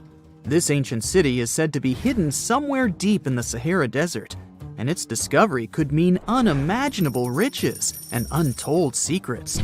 According to an anonymous 15th century Arabic guide, the key to unlocking the city lies in the beak of a bird carved on the city gate. Zerzura might not be as popular as Machu Picchu or the pyramids, but that just makes it more mysterious. Legend has it that Zerzura is built around this big oasis somewhere in the desert west of the Nile. Apparently, it's made out of white stone and has all these luxurious houses and gold decorations. The story goes that a scribe wrote down the account of a traveler who stumbled upon Zerzura while looking for his lost camel. At one point in his journey, the man got caught up in a sandstorm, where he got separated from the rest of his group. The traveler kept wandering in the desert for days, and then, out of nowhere, two men showed up and guided him to the city of Zerzura. The traveler described this city as an oasis filled with little birds and made out of pure white stonework. The city is also said to be guarded by giants. In 1835, an English Egyptologist named John Gardner Wilkinson mentioned the city in one of his books. He spoke to a man from Egypt who found the city by accident after days of wandering through the desert. He mentioned some ruins, unusual stonework, and a large oasis surrounded by palm trees. The man even gave some instructions on how the city could be found, indicating that it might be in the western desert of Egypt. But here's the kicker. Even though a group of explorers went out to find Zerzura, they didn't succeed. At the same time, they did stumble upon a bunch of previously unknown oases. In the early 1900s, numerous expeditions were sent to find the city, including one with a fleet of Ford Model A trucks. But, alas, none were successful. Others say Zerzura did exist at one point, but not anymore. It's possible it was swallowed by the desert. It's believed that back in the day, the Sahara Desert was actually green. Scientists even found traces of ancient rivers that flowed through the area 100,000 years ago, creating green corridors across the desert. But Zerzura might have never been real to begin with. Maybe it only existed in the minds of people, a figment of their imagination as they were struggling in the African desert. For thousands of years, people have been obsessed with the hunt for another lost city, Atlantis. But if this place really existed, where on Earth, or under the sea, could it be? According to Plato, Atlantis was an actual place, and it was supposedly located somewhere in the Atlantic Ocean, near the Strait of Gibraltar. But how did this mythical city become synonymous with a perfect, paradise-like society? Well, you can thank Ignatius Donnelly for that. The American writer published a book in 1882 where he outlined 13 hypotheses about the existence of Atlantis. Donnelly truly believed that this lost city was where ancient humans lived in peace and joy for centuries. Donnelly even thought that Atlantis was the original source of many ancient civilizations around the world. And if we just followed Plato's clues, we could totally find Atlantis. Sounds like a treasure hunt, right? What inspired Donnelly to go on this quest in the first place, you might ask? Apparently, an amateur archaeologist discovered the city of Troy, using Homer's The Iliad as a guide. Well, if Troy was real, then why not Atlantis? Back in the day, some people believed that America was the legendary Atlantis. Columbus really stirred up some excitement when he brought back news about the New World to Europe. But the real hunt for Atlantis didn't really start until the 20th and 21st centuries. Some people tried to connect the dots between a volcanic eruption on the island of Santorini and the destruction of Minoan settlements. But in 2018, a team of investigators claimed they had nailed it, announcing they had discovered concrete proof that Atlantis had existed. What was their evidence, you ask? A series of mysterious circles in a national park in Spain. But the circles turned out to be nothing more than experimental ponds for studying zooplankton. Let's face it, there's no real evidence that Plato's lost city of Atlantis actually existed.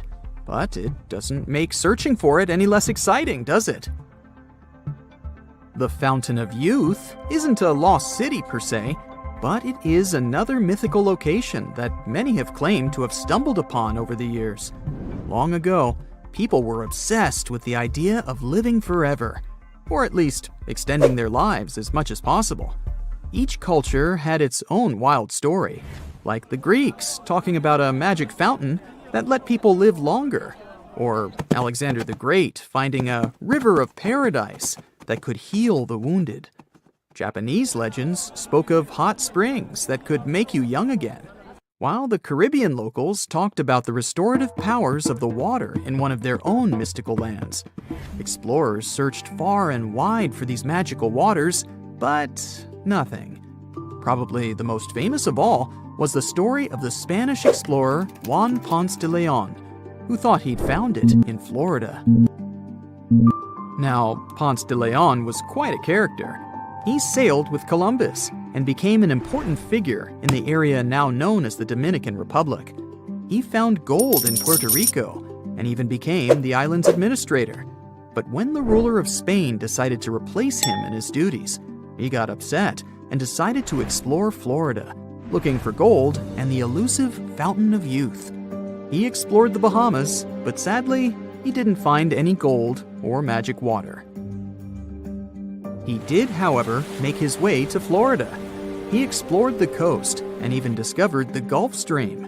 Unfortunately, his last expedition didn't go well, and he was wounded. But the legend of him searching for the Fountain of Youth lived on. Even though historians don't think he was really looking for the Fountain of Youth, thousands of people visit the Fountain of Youth Archaeological Park every year to try the sulfur-smelling water. It's the oldest attraction in Florida, which has been around since the 17th century. Some say the water has unusual properties, but I'll leave that up to you to decide after you visit this place. Norse mythology has its own mysterious land called Thule. It's said to be somewhere between Scandinavia and Iceland, where the sun barely shines and the cold bites hard. The folks there survive on a diet of millet, herbs, fruits, and roots, washed down with a grain and honey brew. As for its exact location, scholars can't seem to agree on it to this day.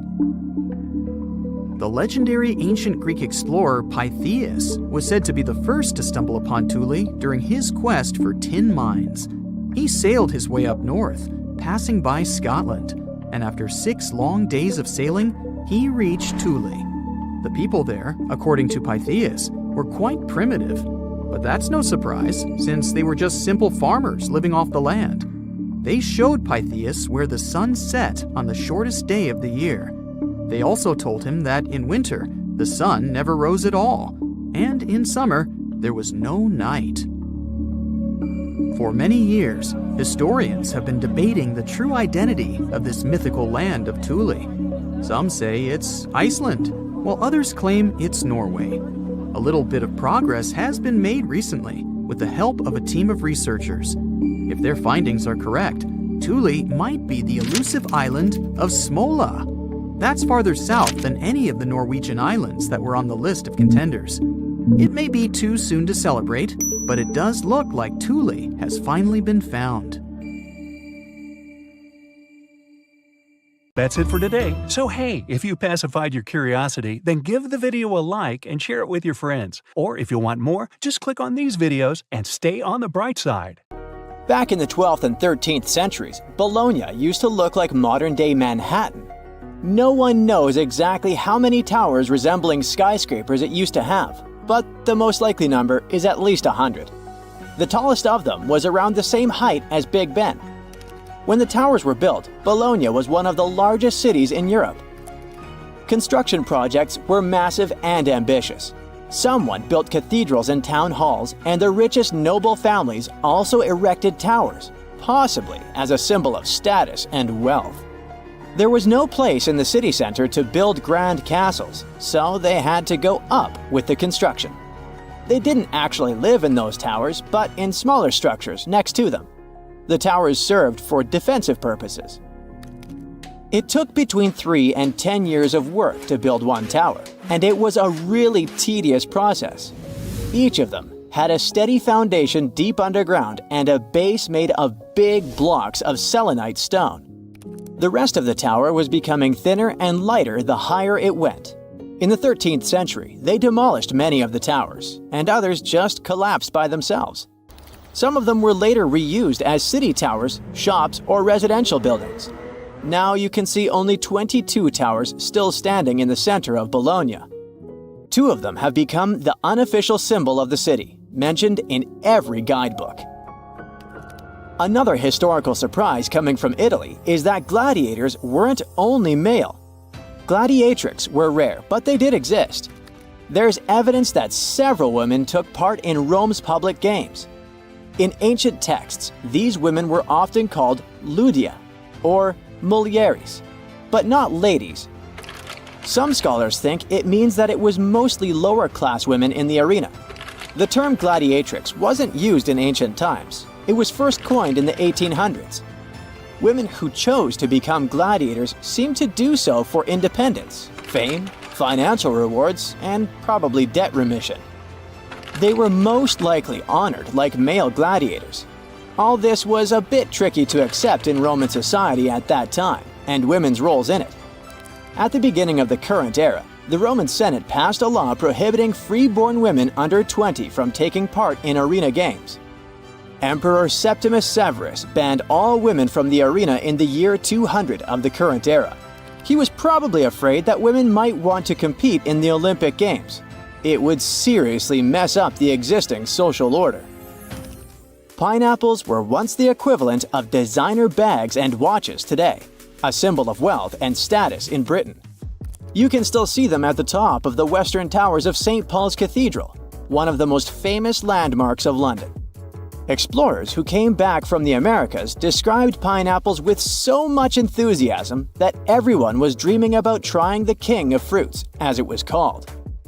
Pineapples need very high temperatures and years to mature.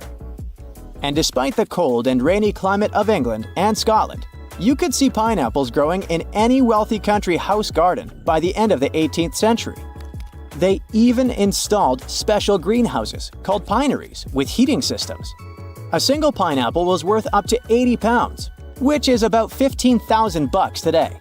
Of course, people would hardly eat this expensive beauty, but send it as a gift or display on a dining table until it would rot. Folks who couldn't afford to buy a pineapple would sometimes rent one to show off wealth at a party. The king of fruits became a part of various designs and tableware for the rich. Stone pineapples on gateposts and the pineapple atop the Wimbledon trophy are living memories of that time. Around 1820, there were so many pineapples imported from abroad that they started losing their luxury status. 100 million years ago, there were giant crocodiles living in the Sahara Desert. In the 1990s, paleontologists found fossilized skeletons of primitive crocodiles, including the so-called supercroc. They discovered several partial skeletons from 110 million years ago. This prehistoric giant with a head as large as an adult human was about 40 feet long. That's about 2 times as tall as a giraffe. The croc thrived both in water and on land as part of a diverse ecosystem of ancient North Africa. The expeditions to the Sahara found a whole lost world of ancient crocodiles, with some species that resembled modern animals. One of them was the dog croc. With its tall legs and keen sense of smell, it moved through the surroundings, much like a dog. Another fascinating find was the duck croc, a 3-foot-long crocodile with duck-billed platypus-like features. It was adapted for life on land rather than water. And then there was also the rat croc, a small 2-foot-long crocodile. This species had front teeth, perfect for digging up insects. These prehistoric creatures were more agile, active, and probably more intelligent than today's crocs, who are passive hunters. If noise-canceling headphones had been invented in the 19th century, they would have come in really handy. On the 27th of August 1883, the island of Krakatoa in Indonesia experienced a catastrophic eruption. It produced what is believed to be the loudest sound ever recorded. As Krakatoa collapsed, it triggered tsunamis with waves reaching 151 feet that traveled as far as South Africa. Krakatoa was an uninhabited volcanic island that hadn't erupted for 2 centuries before this terrible day. The eruption took the lives of over 30,000 people and caused extreme fluctuations in air pressure, perceived as sound. A barometer at a gasworks 100 miles from Krakatoa recorded 172 decibels. An average human can withstand up to 130 decibels of sound without getting in serious trouble. This intense pressure ruptured the eardrums of sailors on the British ship Norham Castle, which was 40 miles away from Krakatoa. The sound wave from it circled the globe, and people could still hear it even 3,000 miles away, where it resembled cannon fire. The late 1800s were a golden era for grand mustaches. But there was one problem. You couldn't enjoy a cup of tea with this kind of facial hairstyle. The heat from the tea would melt mustache wax and make the ends droop. Fine gentlemen had to struggle because of it until the invention of the mustache cup. Harvey Adams, a British potter, likely invented the mustache cup in the 1870s. He patented a butterfly-shaped ledge inside the cup with a hole to sip through. Thanks to it, the mustache didn't get wet. These cups quickly became a hit, first in the UK and then across Europe. In the United States, they were sold at stores like Sears and Marshall Field's, now part of Macy's. Mustache cups came in various shapes and sizes. Some, like farmers' cups, could hold up to a pint of tea. Others were smaller porcelain pieces shaped like conch shells or decorated with the owner's name. They often came with matching saucers. Lord Byron, one of the greatest British poets, kept numerous dogs and cats and a whole bunch of exotic animals. There was a monkey, a crocodile, a fox, peacocks, a bear, and several badgers. When Byron attended Trinity College, Cambridge, college rules prohibited keeping dogs on the grounds. He got really angry and decided to go around the rules. Byron brought a tame bear as his pet. The college authorities argued with him, but since the statutes did not specifically mention bears, they had no legal grounds to remove either the bear or its owner. Byron walked the bear on a chain, talked to it, and even considered applying for the bear to become a student at the college. We still don't know how and where Byron got the bear, but when he left Cambridge, he took the bear with him to his estate in London. That's it for today. So hey, if you pacified your curiosity, then give the video a like and share it with your friends. Or if you want more, just click on these videos and stay on the bright side. What you're viewing is recognized as the most densely populated location to have ever existed. It spans just 6.4 acres, which is equivalent to 13 Starbucks coffee shops located in the Empire State Building. And while a huge coffee shop like this one can host, say, 1,000 guests, this place somehow managed to have around 33,000 people squeezed in. Some estimates suggest that the actual number could have soared to 50,000 at some point. This is Kowloon Walled City. The city is relatively young, settled in 1898, but its history goes back nearly 1,000 years to the Song Dynasty. Originally a modest fortification, it remained largely unchanged until renovations in 1847 added defensive walls, leading to its revival a half-century later. But back then, the area was sparsely populated rather than crowded. To really understand just how packed this area got by the mid-20th century, let's compare it to some others. Take the East Village in New York City, for example. It has a little park at its center, but mostly it's filled with a mix of historic homes and newer apartment buildings. As of 2010, it was home to over 44,000 people, making it way more crowded than the rest of New York City, which is saying a lot, since New York City is the most densely populated city in the US. By most standards, it's pretty busy. But then you look at Kowloon Walled City, and it's a whole different ballgame. If all the land there could be split proportionally between the residents, that would be somewhere around 5.5 to 8.5 square feet per person, if we count land only, while science claims people need 200 to 400 square feet at home just to feel good.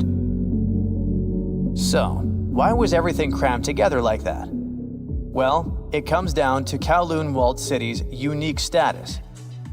It was never officially part of the rest of Hong Kong. What started as a small Chinese military outpost became more significant when a larger fort was built nearby, coinciding with the rise of Canton Harbor. After the fall of the Qing dynasty, this site transformed into a tourist destination, eventually becoming home to around 400 squatters. However, in the 1930s, the Hong Kong authorities intervened, relocating the inhabitants and demolishing the dilapidated structures. The 1940s and 50s were pretty rough times for folks in Kowloon. And while the residents were somewhat accustomed to different countries vying for control over their land, they were definitely caught off guard by natural disasters. In January 1950, a massive fire broke out that wiped over 2,500 huts, leaving almost 3,500 families, which is about 17,000 people without homes. This disaster really underscored the need for better fire safety measures, especially in the squatter areas made mainly of wood. The problem didn't end there. Due to the lack of control from both the Chinese and British authorities, except for a handful of operations conducted by the Hong Kong police, the walled city became a refuge for illegal activities. It was not until a trial in 1959, which took place within the walled city's boundaries, that the Hong Kong government was officially recognized as having jurisdiction there. By that time, however, organized crime groups known as triads had already established dominance over the area. Starting in the 1950s, triad factions such as the 14K and Sun Yee-un took control of all the criminal dens within the walled city. The environment became so dangerous that police would only enter in large numbers. It wasn't until 1973 and 1974 when over 3,500 police operations led to more than 2,500 arrests and the confiscation of illegal produce that the influence of the triads began to diminish.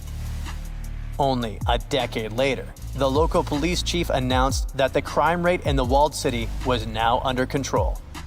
And even though crime dropped, the walled city still became known for having a surprising number of unlicensed doctors and dentists who could work there without fear of getting into trouble.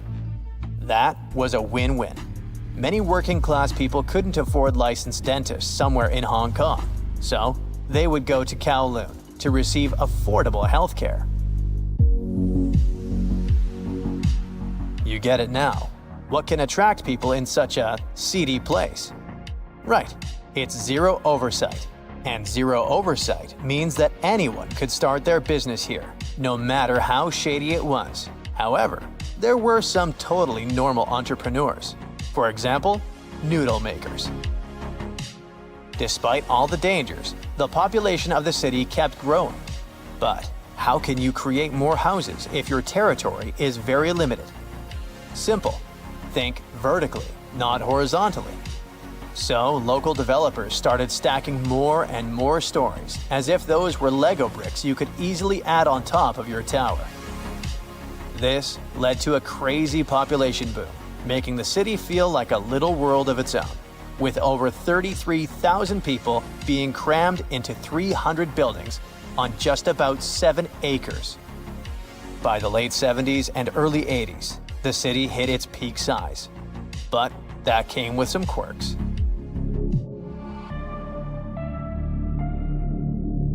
However, there were limits on how tall buildings could go. Those could not exceed 13 to 14 stories, and it was because of planes flying into Kai Tak Airport. Yeah, living close to the airport meant residents had to deal with a lot of noise. Water was provided through 8 municipal pipes, although there were options for wells too. Some streets barely saw any natural light thanks to the way buildings were packed in, and fluorescent lights were the go-to for illumination down below. It was nighttime all the time in there. So, the city buildings were pretty tall, yet the city had merely 2 elevators for its entirety. At the base of various skyscrapers, both shared and private mailboxes were affixed to the walls. Frequently, this left the postman with no choice but to ascend on foot. Even several floors high, the tangled network of paths persisted. Intricate passages that wound their way into the city's core through a web of bridges and staircases. But let's say you live in such a place and want to have a walk or just a bit of fresh air. What do? In such cramped conditions, rooftops will serve you 1,000 purposes. They can be a space for physical activities and a kid's playground, but they can also be used as venues for pigeon racing, with residents making their guess concerning which pigeon comes first.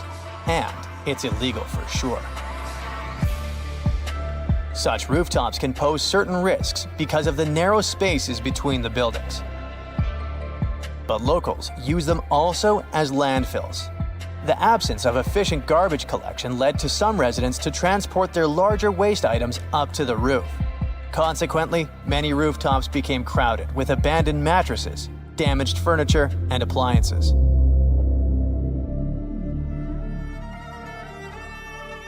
Hey, I get the feeling that I'm talking about something that actually exists. Sorry for that, I totally forgot to mention the most important thing. This city ceased its existence back in the 1990s. What happened? Long story short, both Chinese and British authorities grew increasingly weary of the chaos unfolding in the city. Control was difficult, if not impossible. Criminals kept proliferating and the area was in disarray.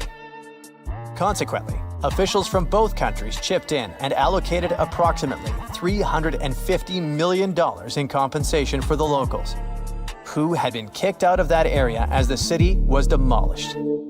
Kowloon exists today, but not as the infamous walled city. It's now an urban area in Hong Kong, which is located in a completely different place. It just has the same name. As for the area that used to be Kowloon, there's now a park known as Kowloon Walled City Park. Architects and thinkers still look back at Kowloon as a prime example of the organic megastructure concept from the 60s, which envisions cities as flexible networks that grow and change with their residents. Almost forgot. If you're looking to catch a glimpse of the real deal, you should watch Crime Story, starring Jackie Chan, as some scenes were filmed there. That's it for today. So hey, if you pacified your curiosity, then give the video a like and share it with your friends. Or if you want more, just click on these videos and stay on the bright side. If you've ever wondered what it feels like to walk on diamonds, head straight to the town of Nördlingen in Germany. It seems like a typical fairy tale village with cute houses and red roofs. But its walls and streets are actually studded with over 72,000 diamonds. You'll need a microscope to see them, but they're definitely there. When the first people came to live here, somewhere around the 9th century CE, they were positive they were settling down in a volcanic crater. They didn't know the stone they were using for construction was embedded with millions of tiny diamonds, and the origins of the crater were out of this world. An asteroid slightly larger than half a mile in diameter hit our planet around 14.5 million years ago in what is now Bavaria and left a crater 16 miles wide. The bedrock was under such intense heat and pressure that the bubbles of carbon inside transformed into tiny diamonds at a concentration like nowhere else in the world. The locals didn't pay attention to their houses, built of what was left of that asteroid impact, shimmering on sunrise. Then, in the 1960s, 2 geologists arrived from the USA, studied the landscape from a distance, and noticed it didn't look exactly like a volcanic crater.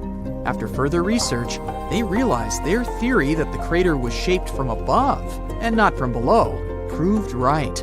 They even had to change school books after the discovery, not to mislead the students. Once the word of the crater had spread, NASA got interested in it and sent their Apollo 14 and Apollo 16 astronauts to visit it to learn about what kind of rocks they'd find in space and which of them were worth bringing home. A moon rock that arrived with one of the missions is now on display at the local museum, and astronauts still visit the place. The locals, though, are so used to living among diamonds, they don't even find it special. The Australian town of Coober Pedy is known as the opal capital of the world and exists completely underground. The town even has the first 4-star underground hotel in the world. The reason people settled in this area was to work at an opal mine. Back in the day, the miners could hardly survive under the burning desert sun, so someone decided to put a tent directly into the mine. Then it turned into a home. Now, Coober Pedy has around 2,500 residents from different countries, about 30 shops, an opal gallery, museums, a bar, and other buildings, and is a popular tourist attraction. The town of Monowi, Nebraska, in the USA, has a mayor, a clerk, a treasurer, a librarian, a tavern keeper, and a bartender. Yet, the population is officially just 1. Elsie Eiler has been doing all those jobs, paying taxes to herself, and voting herself for mayor since 2004. Back in the 1930s, Monowi had a population of 150 people, grocery shops, and restaurants. When farming conditions got worse, people started leaving family by family until it went down to 1 person. If you feel like saving some money on house construction, look up some property in the Spanish town of Centenil de las Bodegas. 3,000 residents live under and into the sides of the Cadiz Mountains and use them as natural walls and ceilings. The first settlers moved in here back in prehistoric times. The rocks keep the houses cool in the summer and warm in the winter. Neft Dashleri in Azerbaijan was built as an oil platform in 1940, directly in the Caspian Sea. Once they discovered rich oil deposits, it started growing and is now made up of a network of platforms with around 5,000 people working and living here. The town has apartments, bridges, a library, a community center, and even a movie theater. The Japanese village of Nagoro has an unofficial second name, the Scarecrow Village. The last children were born here over 20 years ago. It officially has less than 50 residents, but it feels complete thanks to 350 life-size human dolls. When a local lady came back here in 2000 to look after her aging father, she saw the empty streets, shops, and schools. To change that, she and her friends started making cute dolls to replace the residents. The entire town of Whittier, Alaska, lives under one roof of a 14-story building of a former barracks. That's around 220 people who live here all year round, plus all the shops, a police station, a post office, a hospital, and a church. The locals are mostly working in commercial fishing, recreation, and tourism, or for the state ferry and railroad. The idea behind having everyone and everything in one place is to save money on heating in the always cold climate and let the people do all their business inside. This way, they don't have to face the unbearably strong winds. There's a town in Svalbard, Norway called Longyearbyen, where the sun sets on October 25th and doesn't rise again for the next 4 months. When it rises again in spring, the locals gather on the step of an old hospital at 12:15 to welcome the sun and celebrate its return. Then, it doesn't set for over 4 months. It happens because of the way the Earth is tilted on its axis. The sun only rises and sets once each year at the North and South Poles. Longyearbyen is the northernmost town in the world, so it gets affected by that. Its residents occasionally see polar bears and reindeer in the streets and get around on snowmobiles.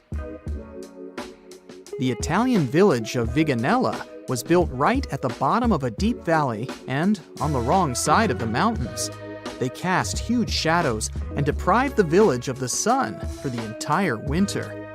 The locals used to live like that for centuries, until one engineer decided to build a large mirror high on the opposite slope of the mountain. It's operated by a computer and reflects light on the central square of Viganella for at least 6 hours a day during the darkest months. Santa Cruz del Islote in Colombia is one of the world's most crowded islands, with around 600 residents in a 2.5-acre area. Fishermen built this island on a coral platform over a century ago. They chose it because of its beautiful location and the absence of mosquitoes. The families of the original settlers were growing, and most of them never left the island. You'll only find people with 6 different last names living here. When the family needs extra space, they just add an extra floor to one of around 100 homes in town. Now it has a school, shops, a church, and 1 restaurant. There is no traffic, since the streets aren't wide enough for cars or trucks, and the distances are perfectly walkable. No one on the island locks their doors, because everyone knows each other, and there hasn't been a single crime. Another place where people don't lock their doors is the Shani Shingnapur village in India. In fact, local homes and even shops don't have front doors, keys, and locks, but locals never feel unsafe.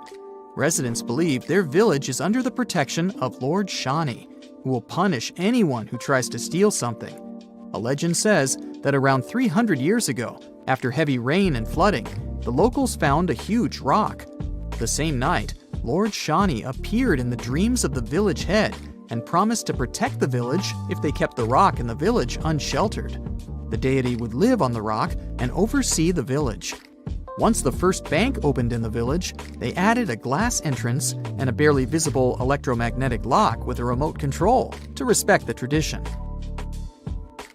If you're looking for the most relaxed place in the world, check out The Villages in Florida. You can't move here unless there is at least one person over 55 in your home. And you'd have to leave behind any family members under 19. The most popular means of transportation in the villages is a golf cart. There are all sorts of free fun activities for the residents, so it's far from boring. That's it for today. So hey, if you pacified your curiosity, then give the video a like and share it with your friends. Or if you want more, just click on these videos and stay on the bright side. Most of Europe's skyscrapers are concentrated in 5 cities. Those are London, Frankfurt, Paris, Moscow, and Istanbul. But even combined, all these places have fewer skyscrapers than New York City alone. For a building to be considered a modern skyscraper, it has to be about 490 feet high, which means it should have at least 40 to 50 stories. A story is simply one floor of a building with an average of 14 feet from floor to ceiling. If you had visited the U.S. just before the 1870s, you'd have found only one skyscraper. The home insurance business in Chicago was the world's first high-rise building with 10 floors. Wow! In Europe, the first skyscrapers appeared in Moscow. They were called the Seven Sisters, but they were built only in the mid-1900s. North America started to construct more and more high-rise buildings. It happened because cities were getting too populated. Every piece of land was too valuable. New York's skyline is so famous you'd probably recognize it even if you've never been to this city before. It's the same for Paris. But could you imagine the Eiffel Tower surrounded or even blocked by skyscrapers? It would surely lose some of its magic. La Défense district is where you'll find skyscrapers in Paris. This way, they don't interfere with the romantic and touristic scenery of the city. In London, things are done a bit differently. Some of its skyscrapers have unusual shapes. One of such constructions is the Gherkin. If you get stuck in this building, you'd really be in a pickle. Another interestingly shaped skyscraper is the Shard. There's one more nicknamed the Cheese Grater. These are not their official names, of course, but they do make sense if you look at the shape of these buildings. But it's not some random architectural concept. The reason the skyscrapers are shaped like this is not to obscure St. Paul's Cathedral. By the way, the top of this monumental construction is visible even from King Henry VIII's mound, and that's a great distance away. Anyway, there are also other sites, like the Tower of London and the Palace of Westminster. They have their own viewpoints. So, not to ruin London's skyline, it's not allowed to build anything that would block these monuments. Most European cities already existed when the US started to build its first skyscrapers. That's why they didn't have much space to fit in giant buildings. Evenly zoned cities were the result of their steady growth throughout the years. For example, in Lisbon, there's a viewpoint in Eduardo VII Park. From that point, you can see all the park and the river. If suddenly there was a bunch of 490-foot-tall buildings standing around, this gorgeous view would be totally ruined. You wouldn't see the iconic avenue, and forget the river. Instead, there are buildings. Like Lisbon, many other cities in Europe don't want skyscrapers to spoil their cultural heritage. Take Germany. Most of their skyscrapers are in Frankfurt. In other cities, they'd rather protect and restore the buildings that are already standing. And even if, let's say, Berlin wanted to home some skyscrapers, it wouldn't be able to do it in any case. Its soil just wouldn't allow it. Put a skyscraper there and it'll sink. Constructing a foundation for a very tall building in Berlin would mean investing a lot of money. The soil's too sandy and soft. But what if you ignored all the cultural heritage and still decided to fill a European city like Prague with skyscrapers? First, you'd have to demolish a lot of what already exists there. This would lead to an angry crowd of people complaining that the city they know and love is gone. Brussels has experienced this to a certain extent. There's even a term for this phenomenon: Brusselization. Simply put, it means not caring where you place new high-rise buildings. Here is fine. Oh, sprout one over there too. Hey, we could call them Brussels sprouts. Or not. But in most cases, city authorities don't want new constructions to change the historical appearance of the place. Some large European cities might even follow France's example and choose a separate district, a place just for skyscrapers. The Burj Khalifa, which is more than 2,700 feet high, is the tallest building in the world. It wasn't an easy feat to construct it. The skyscraper took 6 years to build, and folks say it was worth the effort. The construction is so tall, you can see it from 60 miles away on a clear day. The tallest building in Europe is only half that size. The Lachta Center in St. Petersburg is a bit more than 1,500 feet tall. Well, the question is, if skyscrapers are so tall, why don't they get knocked over by wind? Their structure, from the very foundation to the highest point of the building, is the answer. Take the Burj Khalifa, please. The soil where the skyscraper is built isn't ideal. So, beneath the 110,000-ton concrete foundation of this massive construction, there are 192 piles driven to a depth of more than 160 feet. Thanks to the friction between the concrete and soil, these piles don't move at all, creating a solid foundation. But most skyscrapers are built on bedrock because it barely shifts. Their frames are made of steel. If you looked at a skyscraper without its external structure, all you'd see would be a bunch of steel beams. The taller the building, the more the winds affect it. Taming them is one of the biggest challenges skyscrapers have to tackle. Imagine you're on one of the top floors of a skyscraper. Suddenly, a strong gust of wind hits the building. The entire construction starts wobbling, and you can feel it even inside. You might even get knocked over if you don't grab onto something. To avoid such a situation, most skyscrapers have a pendulum-like structure inside. It absorbs some of the wind's force. This thing is called a tuned mass damper. The mechanism acts as a counterweight. When the skyscraper gets hit by the wind, it's the tuned mass damper that moves instead of the building. Some high-rise constructions don't need this pendulum. The Shard, for example, deals with the wind with the help of its tapered shape, and Shanghai Tower uses its 120-degree twist. Both skyscrapers have incredibly smart structures. That's why they don't get too wobbly when the wind hits them. The Shard doesn't have a tuned mass damper whatsoever, and the one in Shanghai Tower only serves as a tourist attraction.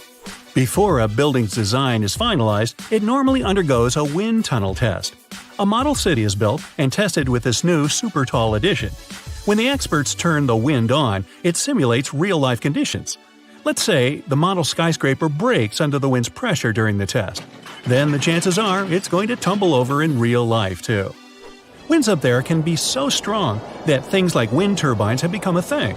The Bahrain World Center has 3 of them right in the middle of the building.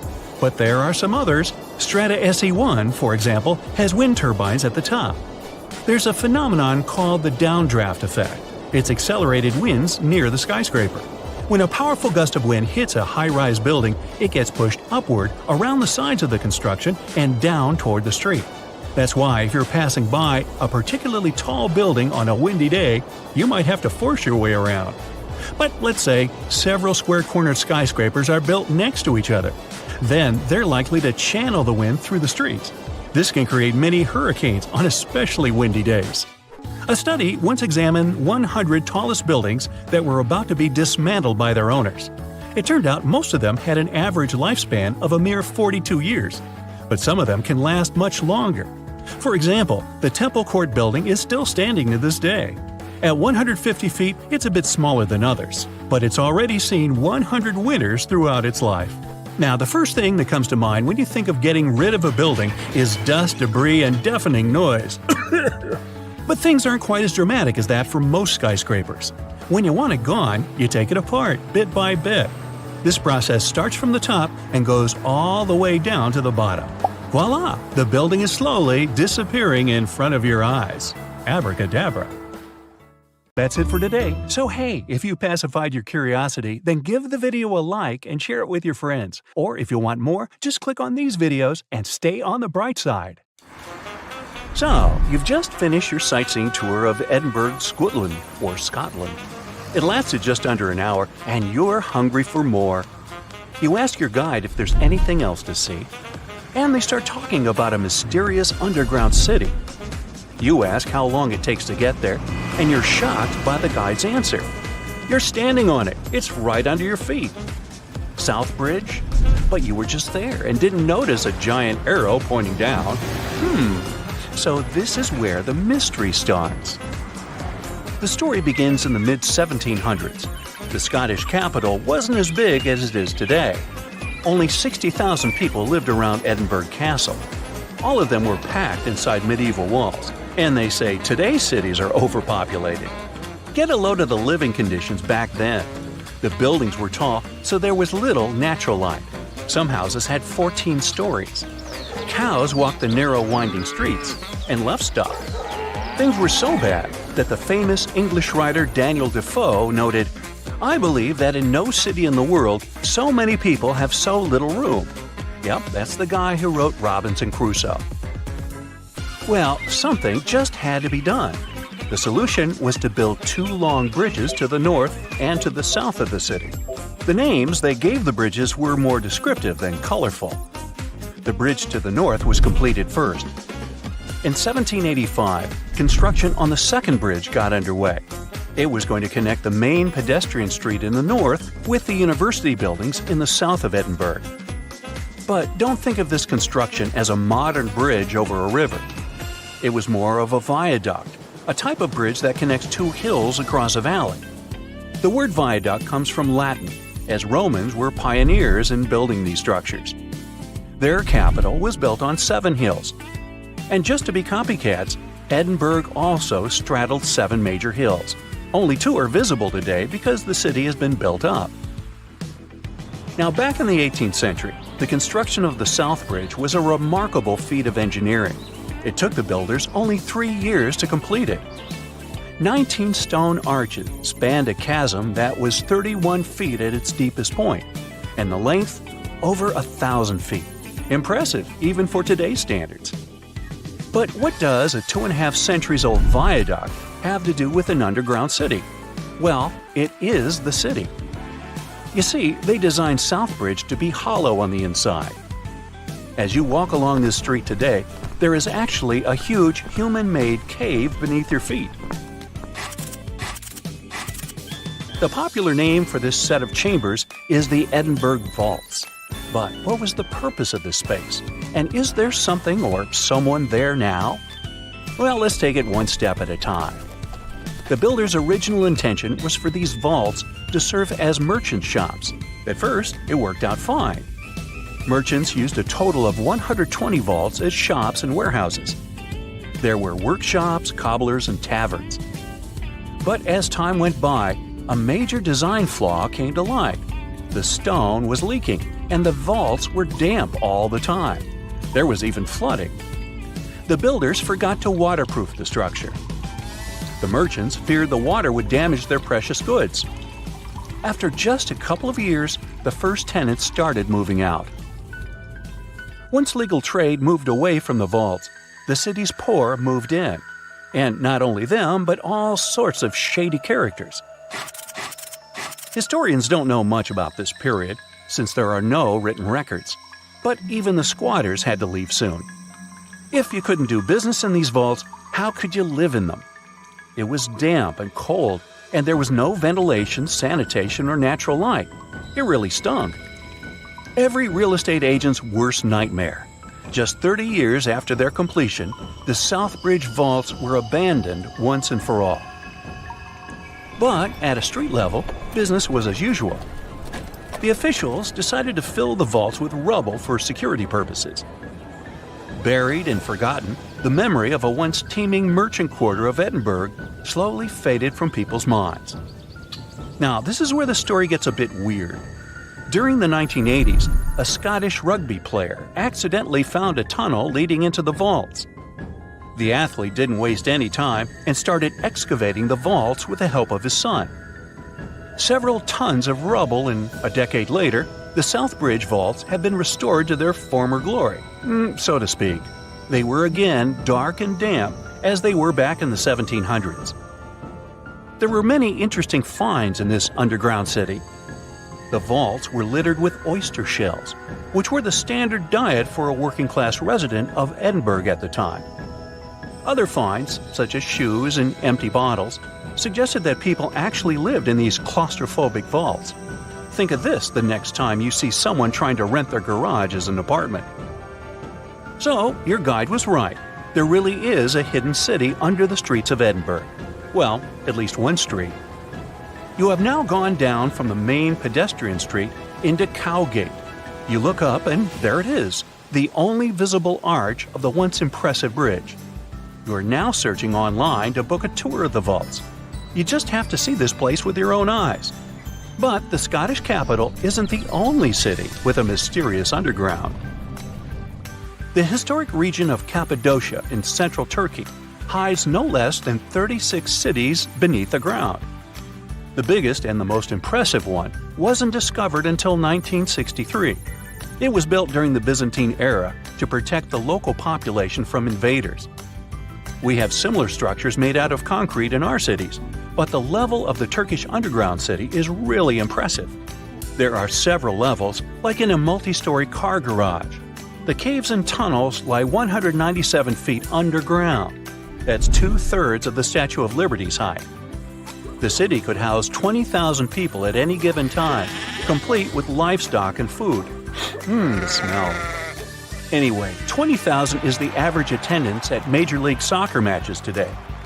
You might want to add a field trip to one of these places the next time you go to Turkey. Most of these cities in Cappadocia can be found in rural areas. Makes sense, right? After all, they were dug out as hiding places. But in Europe, there is one city whose underground labyrinth resembles the vaults of Edinburgh. You've probably heard of Pilsen in the Czech Republic. But hold on a second, this isn't going to be a story of the most famous local product, something brewed, perhaps? It's the story of a medieval city that survived underneath the streets of Pilsen. Water wells, cellars, and passageways stretched for more than 12 miles. Merchants and craftspeople used Pilsen's historical underground for storage. Water, food, ice, you name it. The waterworks are pretty impressive. Historians estimate that 360 wells are located under Pilsen's historical town center. In times of instability, the passageways served as safe havens for the locals. They definitely didn't go thirsty down there. Today, most tourists visit these mysterious underground cities. But in Canada, there's one where people live and work. The construction of Montreal's underground city began in 1962. The initial idea was to shelter traffic. That's a nice way to say that city officials were building a metro station. The idea caught on, and the project expanded. Now, it's a real-life urban maze hidden under the downtown area. Need a place to stay? There are hotels down there. Want to grab a bite? Step into one of the underground restaurants. Multiple shops, a library, cinemas, the list is long. There are even residential complexes. But how can people live under the ground? Simple. Although the city itself lies beneath the earth, the access points are at ground level. You can enter the 20-mile-long tunnel network at more than 120 places. Oh, that's another place down under. Oops, sorry, Australia. That's it for today. So hey, if you pacified your curiosity, then give the video a like and share it with your friends. Or if you want more, just click on these videos and stay on the bright side. Fire! Fire! Everyone gets out of bed and rushes out to the street, but the whole city is ablaze. It's 1871, and the Great Fire of Chicago has just started. For 2 whole days, the Windy City, including the business district, saw nothing but ash, smoke, and flames. The fire stretched out for 4 miles, causing around $200 million in destruction. No one really knows how the Great Fire started, but some theories include a cow kicking over a lantern in a barn that quickly spread to the city. Other theories include a typical human mistake, and even a meteor shooting down from the sky, starting the massive fires. The problem was that any metropolitan area during the late 19th century was made almost entirely out of wood. Throughout history, our ancestors used wood to build shelters, ships, carts, and everyday objects, since wood was literally all over the place. Everything from cooking utensils, wheels, and tools to furniture was all wooden. Walking around town back then wouldn't feel as congested as a typical urban city today. After the Great Fire, buildings became predominantly made out of steel and concrete. China has the oldest and tallest timber building, or a ply scraper. It was built almost 1,000 years ago and is 220 feet tall, which is the equivalent of a 23-story building. It's still standing today after being restored a bunch of times. It survived around 7 major earthquakes. But just because a structure like this is still standing tall today, it doesn't mean we can go around building wooden skyscrapers out of nowhere. A lot of tall wooden structures exist today in Europe and the US, even though they were built after the steel and concrete rise.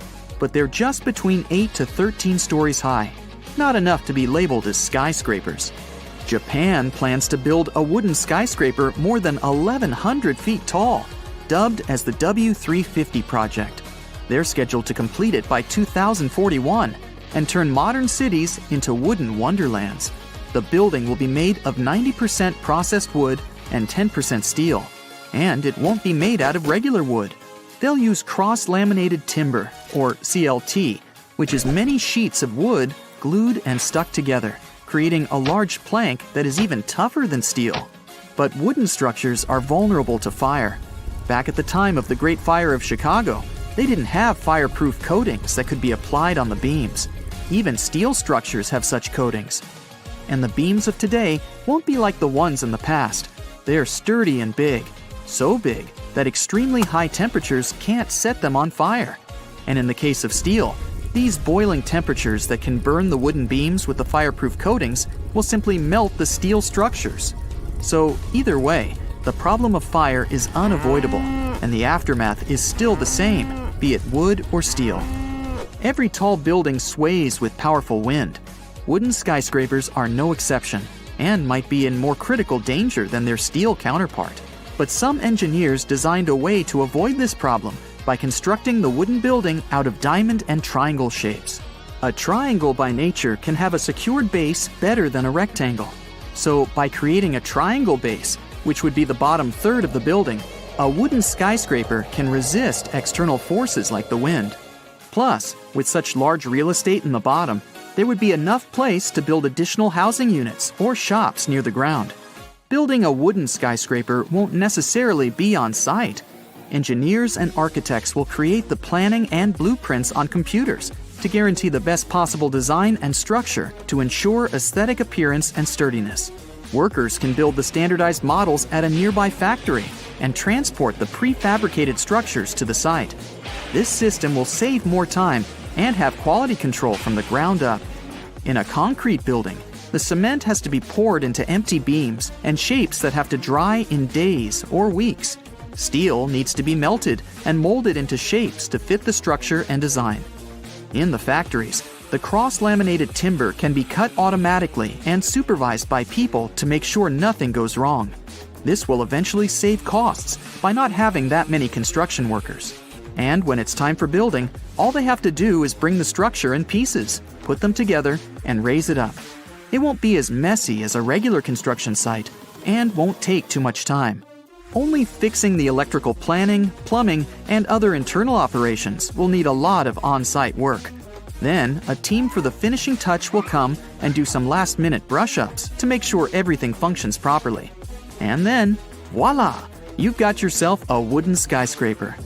Wood, in general, is more flexible and lighter than concrete and steel.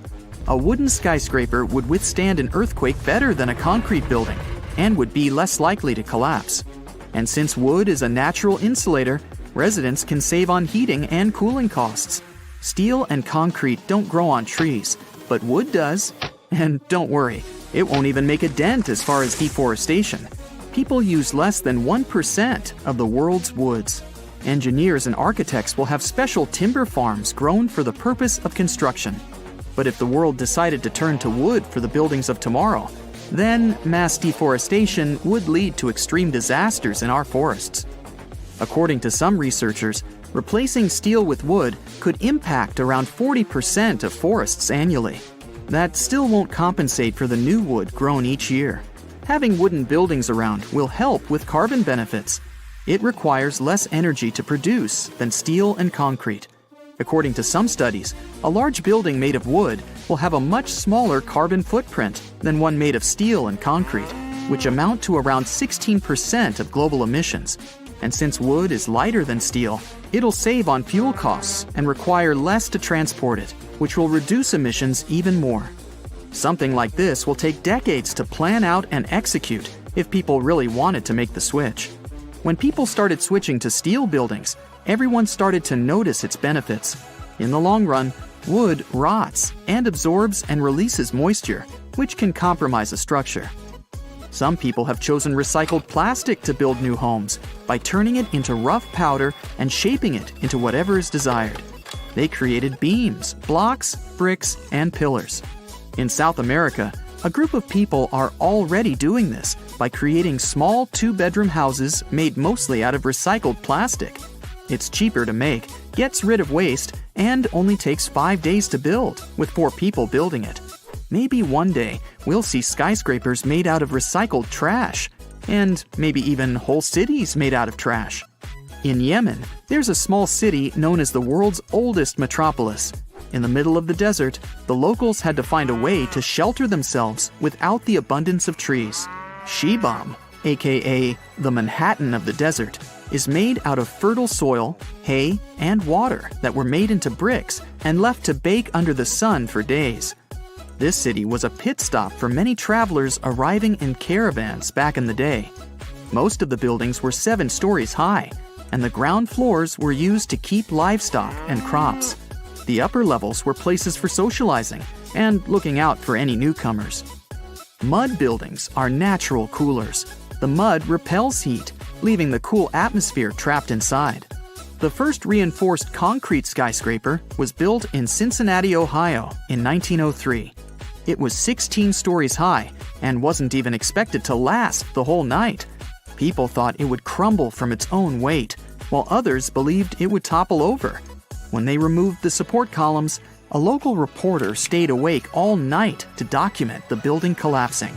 But they were all wrong. That's it for today. So hey, if you pacified your curiosity, then give the video a like and share it with your friends. Or if you want more, just click on these videos and stay on the bright side. Have you ever wondered how cool buildings of the future are going to look? Well, hold on tight because artificial intelligence is here to revolutionize the world of architecture. AI is a great sidekick. It can give the architects incredible new tools to create mind-blowing structures that are not only stunning, but also eco-friendly and super efficient. So let's check what our beautiful future might look like. First of all, you know how cities can get crazy busy and overwhelming, right? Well, guess what? AI is here to save the day and make our cities super smart. Imagine you're cruising down the road in your flying car. Yes, we'll have those. Thanks to AI, the traffic flows like a dream. No more endless gridlock. The city knows where the most likely crime spots are and takes proactive steps to keep us safe. It's like having superheroes on every corner. And hey, forget about trash piling up. AI makes sure waste is managed efficiently, keeping our city clean and fresh. They can act as a city manager who can optimize everything from traffic to safety and even waste disposal. They can analyze tons of data from all sorts of places like sensors and social media. With all that information, they can help city planners make brilliant decisions that make our lives better. Okay, so you stroll down the street, and your eyes are instantly captivated by an extraordinary building. Its futuristic curves and features make it stand out from the rest. And it not only catches your eye, but also gives Mother Nature a high five.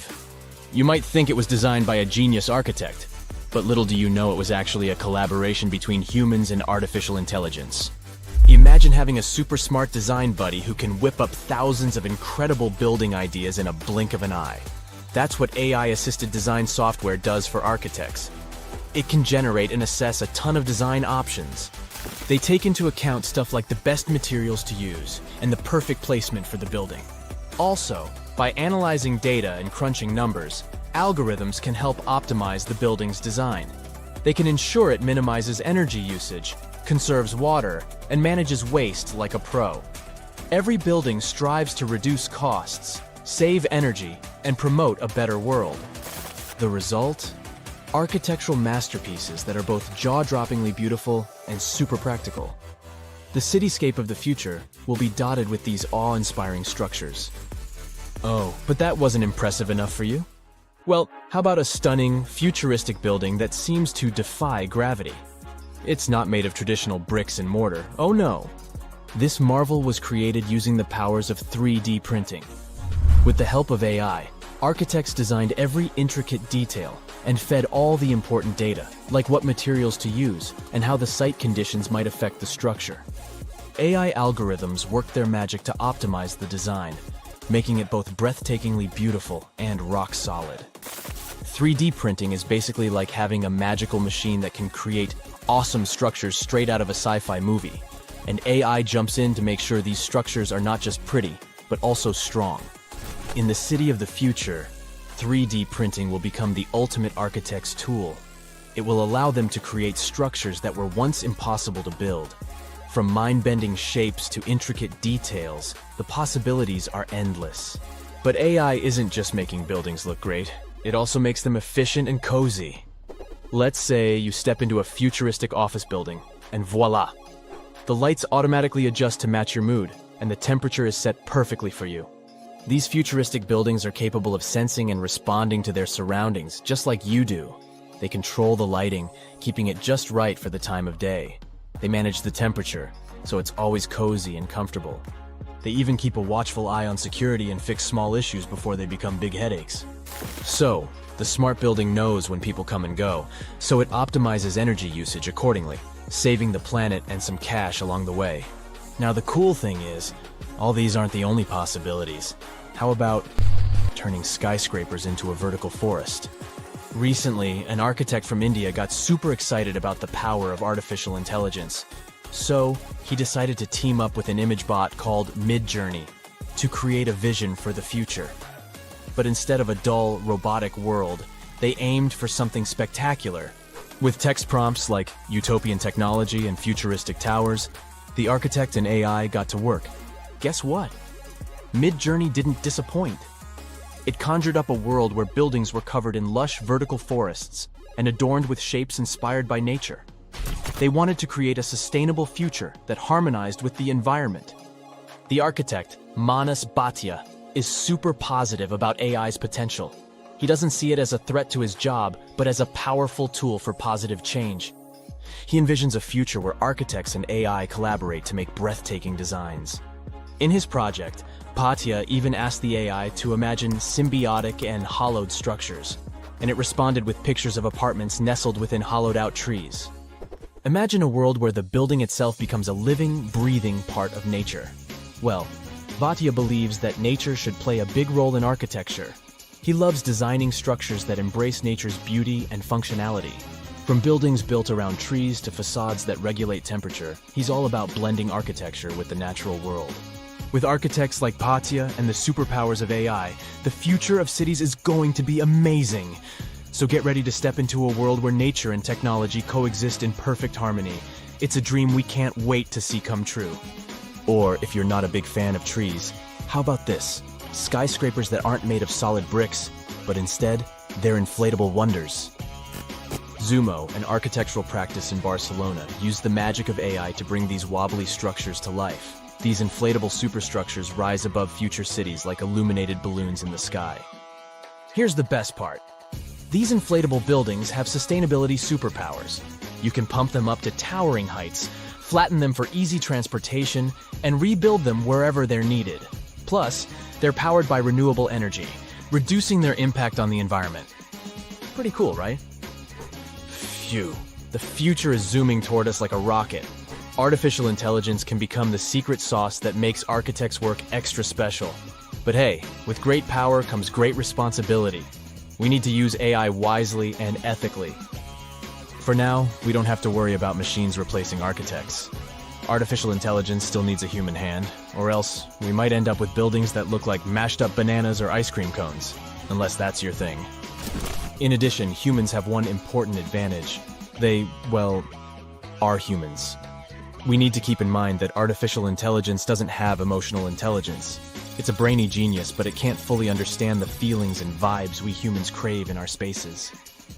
So, we must remember to infuse our designs with that human touch, those warm and fuzzy elements that make us go, "Ah, I feel right at home."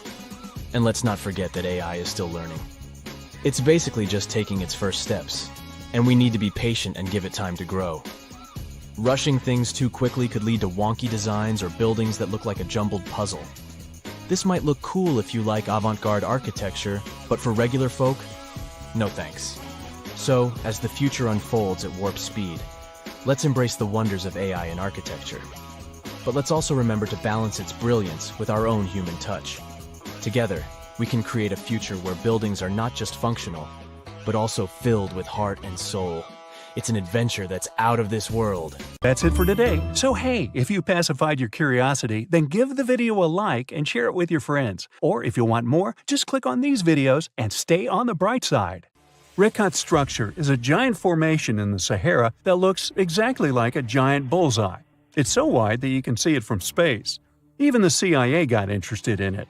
In 1965, they planned a flyover looking for geomagnetic anomalies. The findings are still classified. Perhaps the theories are true, and this place is truly the lost city of Atlantis. Now, Atlantis supposedly sank beneath the waves, but recent discoveries are pointing us in a different direction. This is an ancient story that goes far back in time, and Plato was the first to mention it. The place had loads of greenery and a curious structure: 3 concentric circles of land surrounding 2 circles of water. 2 key quotes from Plato's writing suggest that Atlantis might not have been a typical island in the middle of the ocean. Plus, Atlantis had a major influence from Africa and Europe, challenging the idea of it being in the Atlantic.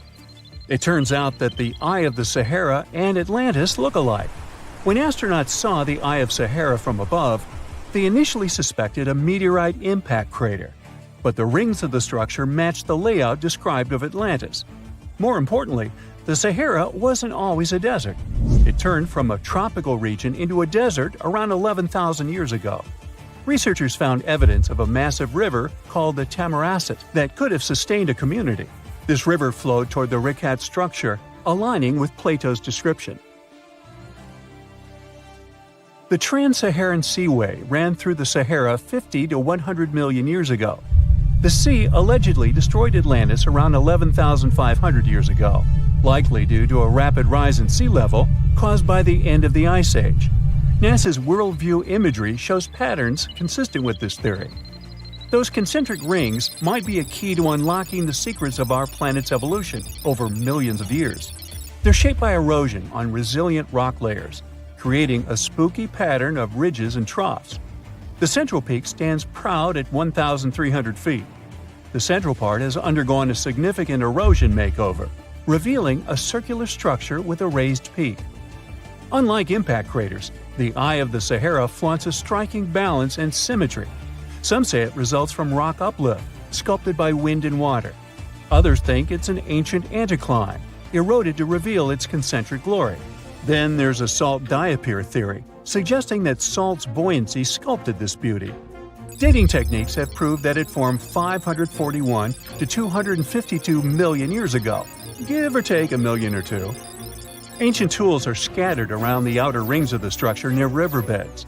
Some older stone tools have also been spotted in the same areas.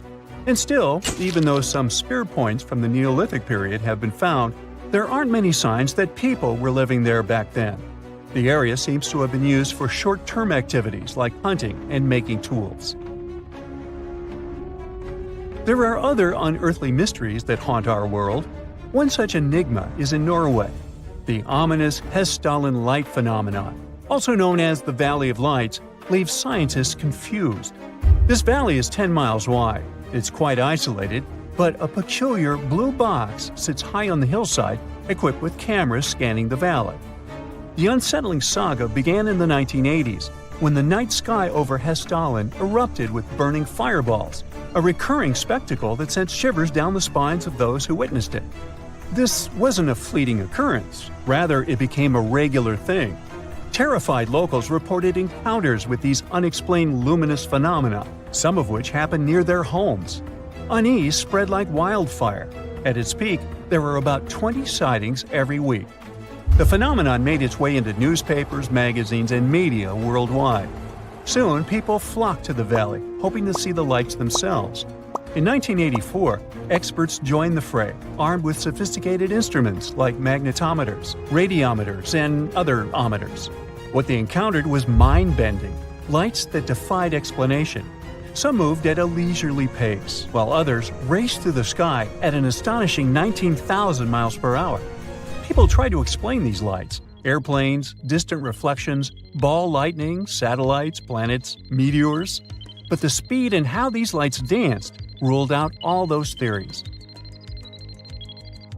We're slowly approaching another mysterious place.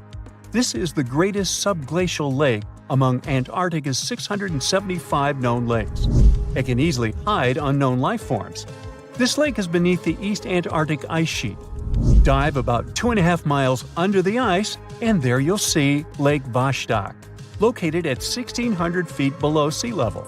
This lake is 155 miles long and 31 miles wide at its broadest point. With an average depth of 1,400 feet, it's also the world's sixth largest by volume. It's like an underwater city with lofty pillars and deep basins. The secret lake was discovered in 1993, yet it had been waiting to be found down there for over 2,000 years, collecting ancient secrets. In 2012, scientists drilled through the ice, creating the longest ice core ever. They pierced the ice all the way to the lake's surface. The year 2013 brought an unexpected twist when the tranquil waters erupted during the extraction of an ice core, mixing with drilling fluids. Then they got a pristine water sample in 2015. Some believe there might be previously unknown life forms down there, since it's a fossil water reserve that's been untouched for millions of years. That could be a lot like those speculated ice-covered oceans on moons like Europa and Enceladus. It all started with a theory in the 19th century, suggesting fresh water lurking under Antarctic ice sheets. Then, in 1955, seismic soundings hinted at a subglacial lake, and by the 90s, satellite data confirmed Lake Vostok's existence. Now, Lake Vostok isn't alone. In 2005, they found an island in the middle of the lake. Then, two smaller lakes joined the party. They suspect that a secret network of subglacial rivers might link these lakes. Now, very far away from Antarctica, in Venezuela, Catatumbo lightning presents a sinister light show at the junction of the Catatumbo River and Lake Maracaibo. This unsettling lightning phenomenon happens at about 140 to 160 nights a year, going on for 10 hours a day, and can flash up to 280 times in a single hour. The frequency of this lightning show changes with the seasons and from year to year. There was a break between January to March in 2010, causing a bit of worry that it might vanish forever. As the sun sets, winds from the east start picking up speed. This strong wind is called a nocturnal low-level jet, like what you see in the Great Plains of North America. These winds bring moisture, mostly from the Caribbean and the lake itself. This humid air hits high mountain ridges, causing thunderstorms to form over the mountains. Thanks to the ongoing wind situation, more thunderstorms appear as the night goes on. This pattern repeats itself, and is why this area has the highest annual lightning rate globally. The next place scientists cannot explain is in China. That is the Longyu Caves. They have lofty slanted roofs and sturdy pillars. The spot remained hidden for centuries. These human-made caverns, built around 2,000 years ago, decided to reveal themselves only in the 90s. Local farmers drained some ponds and unveiled 5 massive caverns. Further digging exposed an additional 19 smaller caves. They range from 60 to 110 feet in width and 26 to 50 feet in height. Archaeologists found historical relics from the reign of Emperor Zhuan of Han, dating back to over 2,000 years ago. Now, how did these caves survive for more than 2 millennia without falling apart? No ancient records explain the way they were crafted either. The walls show chisel marks, hinting at some layer-by-layer chiseling action, but the exact construction process is still a head-scratcher. That's it for today. So hey, if you pacified your curiosity, then give the video a like and share it with your friends. Or if you want more, just click on these videos and stay on the bright side. China's Yunnan province has a county that's situated right in the valley between 2 mountains and on either side of the Nanqi River. And this place stretches quite far. It's considered to be the narrowest city in the world. Yanjin County is connected by a few bridges and has many amazing, colorful buildings along the riverbank. In the upper levels of the town, a bit away from the river, there are many shops and restaurants pinned side to side, both traditional and modern looking. You can walk along the road with the river right below you and know that you're standing in the middle of the city. Well, sort of. Technically, the middle of the city are the bridges. The county is 37 miles north to south and 25 miles east to west, including the mountains. The population is almost 500,000 people, and the territory is more than 770 square miles. There are 2 rivers that split into 3 parts. If you're standing on either side of the river, you'll notice how close the other side of town is. Despite the length of the city, there aren't that many bridges around. The main hub is located down by the river, which is at 1,100 feet. The highest elevation goes up to 7,200 feet. Because the city is built in such a unique way, the weather pattern is specific to the county. The summers are really hot, especially by the river, and the winters are very wet. That's all thanks to the geographical location. The town is 100 feet at its thinnest and 1,000 feet at its widest. To put that in perspective, the narrowest part is shorter than an Olympic pool, and the widest is around 7 of those. The city is almost impossible to get lost in, but it even has a railway system to transport people out of town and from one end to another. It's situated slightly above the river towards the mountains and goes through a small tunnel in one of them. You can catch some amazing views while relaxing on a smooth train ride. Because the town is so narrow and real estate so limited, most of the apartment buildings are concentrated along the riverbank. You can literally dive from any balcony and swim in the river. But some of those spots aren't safe for swimming, since the river isn't smooth. The buildings have pillars in the foundation to prevent any potential river flooding in case the water levels rise. The river doesn't exactly flow in a perfectly straight line, but rather a series of jagged turns and corners. So, from an aerial point of view, the whole town resembles a slithering snake. Depending where the buildings are, the first floor will sometimes be found on the 5th. The bottom 4 floors are just pillars supporting the building. Some buildings are quite tall, so you can get some amazing views, while others are closer to the ground. Either way, you gotta admire the creativity put into the engineering. To build a whole town in such a place isn't easy. Besides the town being charming as it is, the cultural aspect is another reason to visit this place. Once a year, the Dancing Flower Festival takes place. A group of locals dress up in traditional clothes in a special space where the dancing is. There's also the old town of Dusha. Even though most of the town adopted modern ways of living, they still keep the old traditional architecture around. This little charming spectacle is more than 2,200 years old and was an important passage linking Yunnan province and central China during the 3rd century. The entrance to the old town combines the ancient architecture with modern designs. At the entrance of the town is the famous Old Pavilion. Walking along its roads makes you feel like you're in the ancient times. They're all rugged, yet still well preserved since they built them centuries ago. And nearby is the mountain scenery, which has limestone peaks covered with flowers and herbs. You can get lost in a natural maze of trees and rocks. This place is an escape from the hustle and bustle of the main town, and isn't so far away either. The town has a deep history and has been populated for hundreds of years. The county was famous for its salt trade, since it's strategically one of the best routes for caravans and traders. But sadly, the economic situation isn't easy for imports today. Since there's only one access road to the town, trucks bringing in goods are always limited. It does well on tourism for foreigners and local Chinese too. The old town of Lijiang is another charming town in the same province as Yanjin. The town is built on an uneven landscape, but adapted to it perfectly. In ancient times, the location served as a strategic point for trade between surrounding provinces, and even connected with the Silk Road.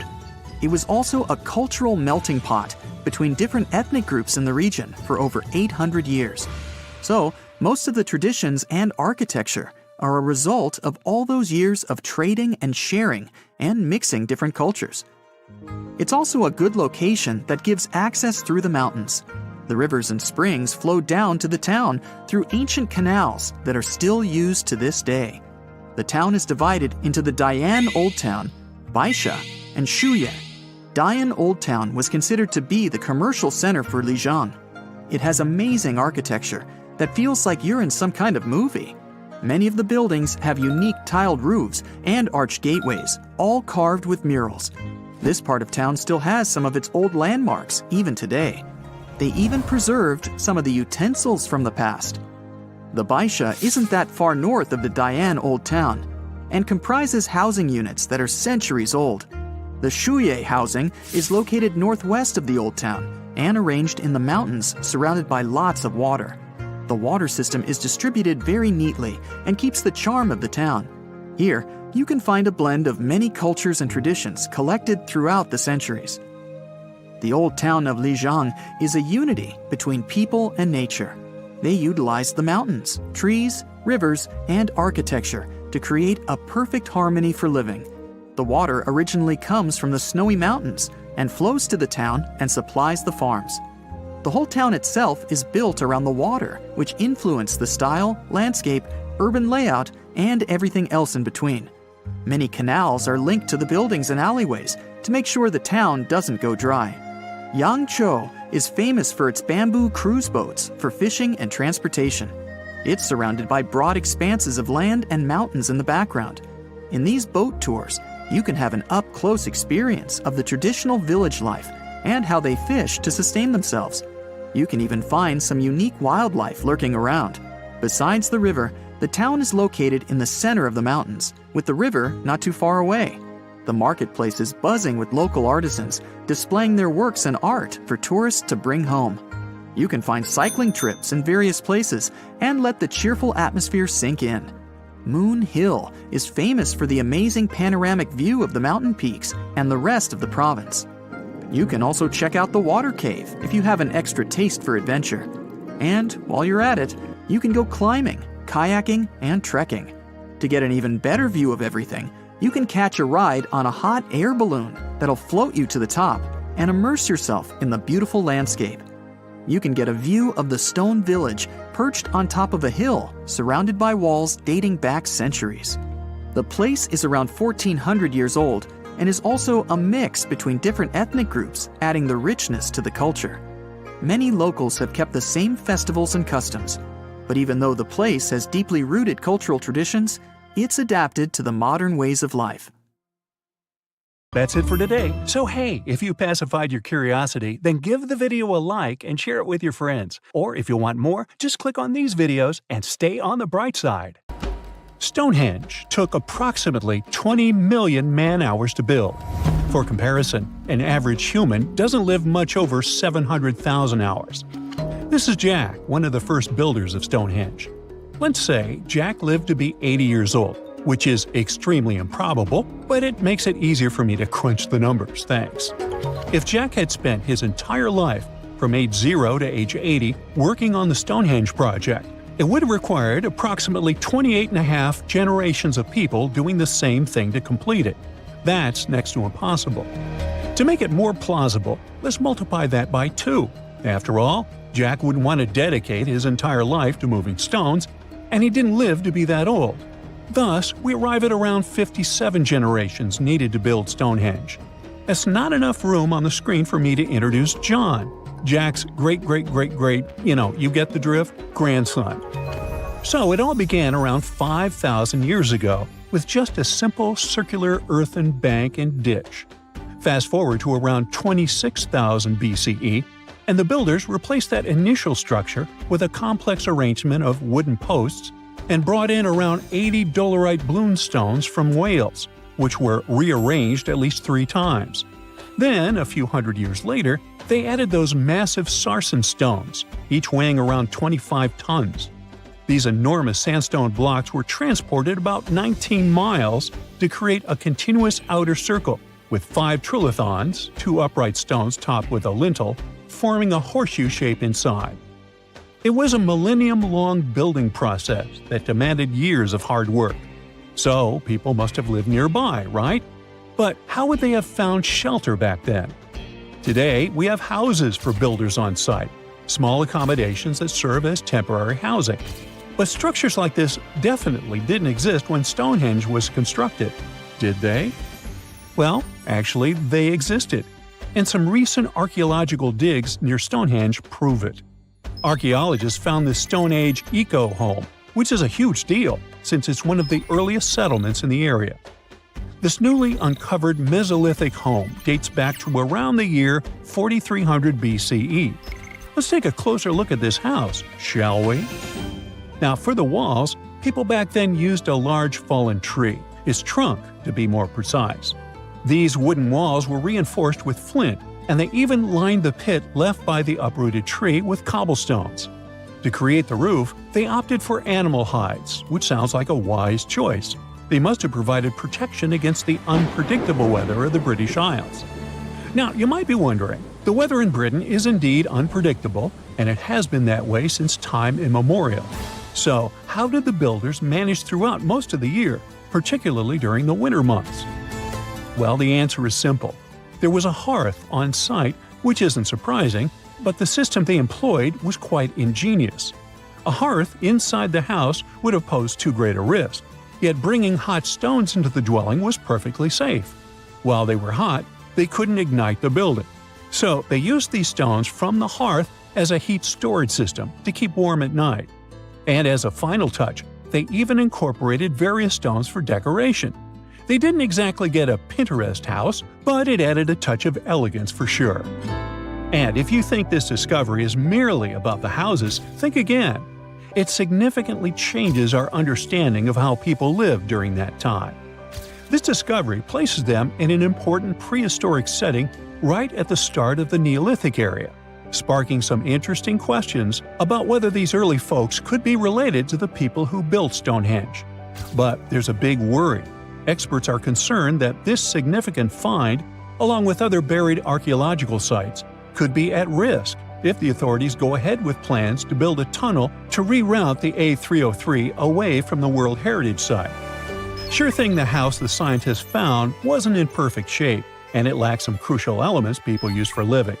Some of them decayed over time, while others were simply absent. So the scientists took 20 tons of chalk, 5,000 hazel rods, and 3 tons of straw, and used all this to recreate the 4,500-year-old design houses. These new buildings are located close to Stonehenge, which is incredible since in this area, planning permission for even a new cowshed is problematic. So, what are these houses like? Well, first off, there are 4 of them, and they're oval-shaped. They're built on the foundation of real houses that stood there about 4,500 years ago. just around the time the Stonehenge Eco House was going up. The houses aren't very big, they're single-room structures. When it comes to dimensions, it was straightforward to estimate since we could gauge the size of the roof and the height of the walls based on the foundations. Each side measures about 16 feet. However, the roof structure remains a bit of a mystery. There were a few differing thatching techniques back then, so pinpointing the exact method used for these dwellings is kind of a guessing game. For now, we think it involves knotted or tied straw carefully secured onto a hazel-woven frame. When fires are lit, the smoke from the hearth wafts up through the thatched roof. Now, remember those 20 tons of chalk? That was needed for the floors and walls. The white chalk walls and floors reflect sunlight and capture heat from the fire. But here's the kicker. The builders encountered a challenge because the ground was so waterlogged that some of the chalk floors took weeks to dry out. By the time they should have been bone dry, they were still as sticky as chewing gum. Now, it's safe to say people 4,500 years ago faced similar struggles, and we can really appreciate what they went through while building their homes. The final layer of daub was applied using rags, giving a smooth, almost shiny finish that looks surprisingly classy. The interiors are furnished with wooden and wicker beds and shelves, along with clay pots and jars, all centered around a cozy hearth. The spaces feel surprisingly roomy and are filled with light that streams in through the thatched roof, bouncing off those white walls. Plus, the woven furniture adds a nice touch of authenticity to the vibe. The fires have been lit, and the first meal, bread crafted from flour ground on a stone mill next to the hearth, has been prepared. Those who tried the bread were pleasantly surprised by its flavor, finding it quite tasty. Now, here comes the bummer. Those who recreated the houses did cheat a little. While the materials used were authentic, the tools weren't. They used cement mixers to mix the daub, wheelbarrows to transport the timber, and logs by the hearth were split with steel axes instead of stone ones. Still, the builders aren't professionals, they're volunteers. So I think a bit of cheating is totally cool in this case. There are other volunteers on site who are more than happy to chat about the daily activities of the Stonehenge builders, from grinding grain with a quern to making rope from rushes.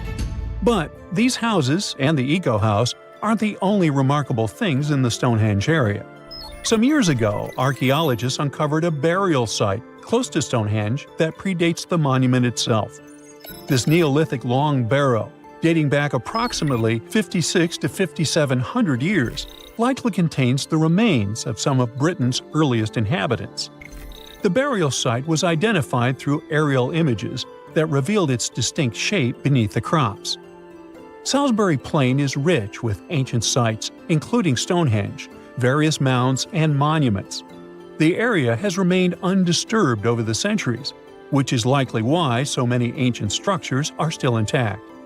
This discovery also shows a significant shift in human lifestyle during that era, marking a transition from a nomadic existence to settled farming and animal husbandry, much like the Eco House itself. The long barrow in question measures about 85 feet long and 65 feet wide, though much of its above-ground structure has been lost to farming over the years.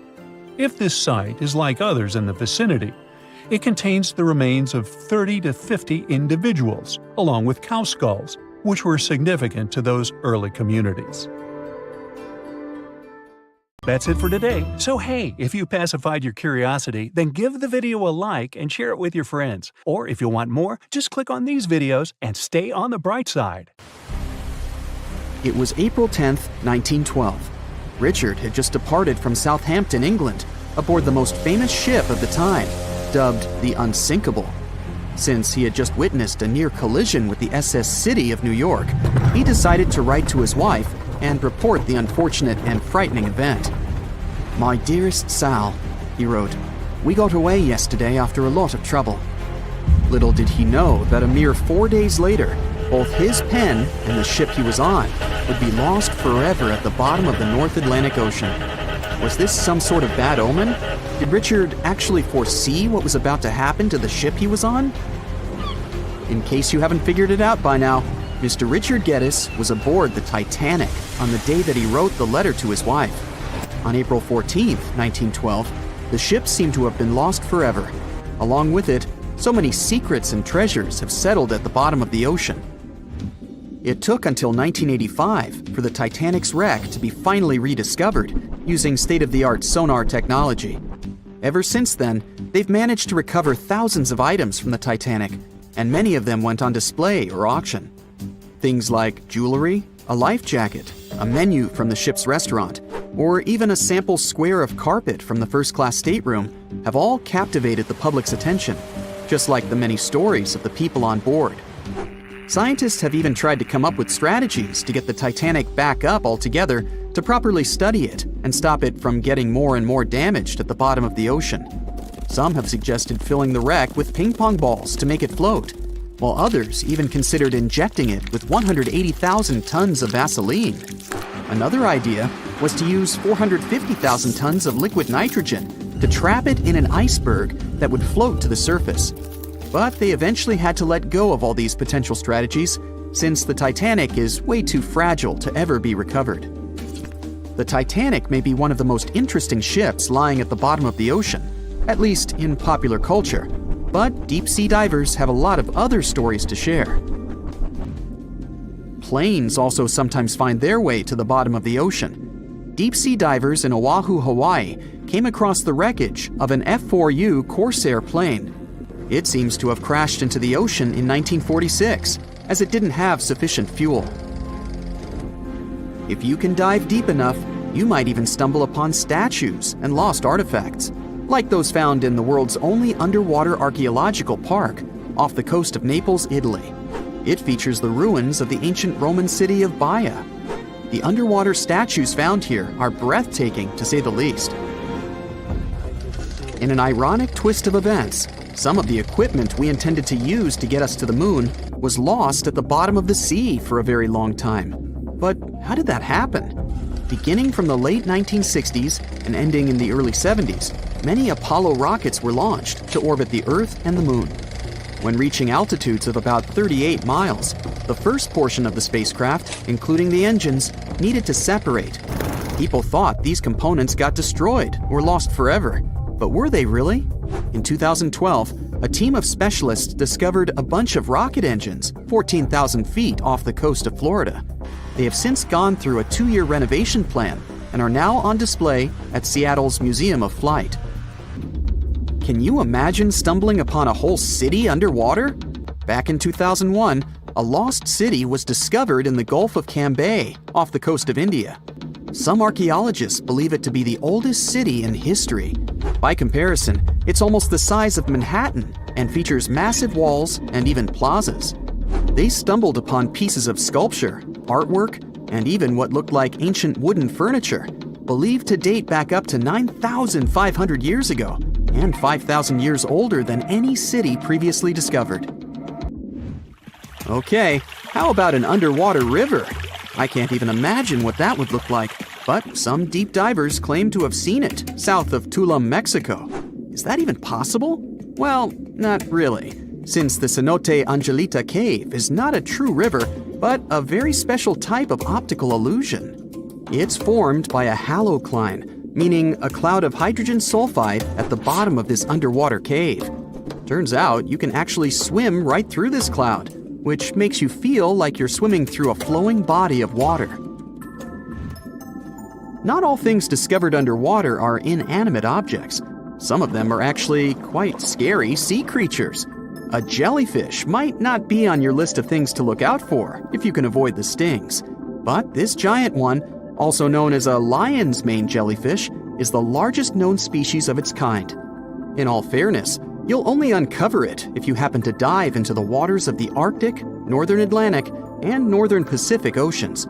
You surely won't miss it, since it stretches across 120 feet from the top to the bottom of its tentacles.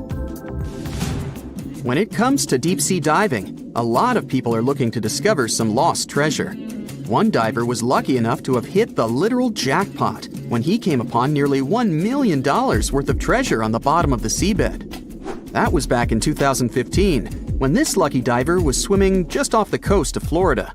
What did he find, you might ask? Well, about 51 gold coins, 40 feet of gold chain, and a rare single coin that was tailored for the King of Spain, Philip V.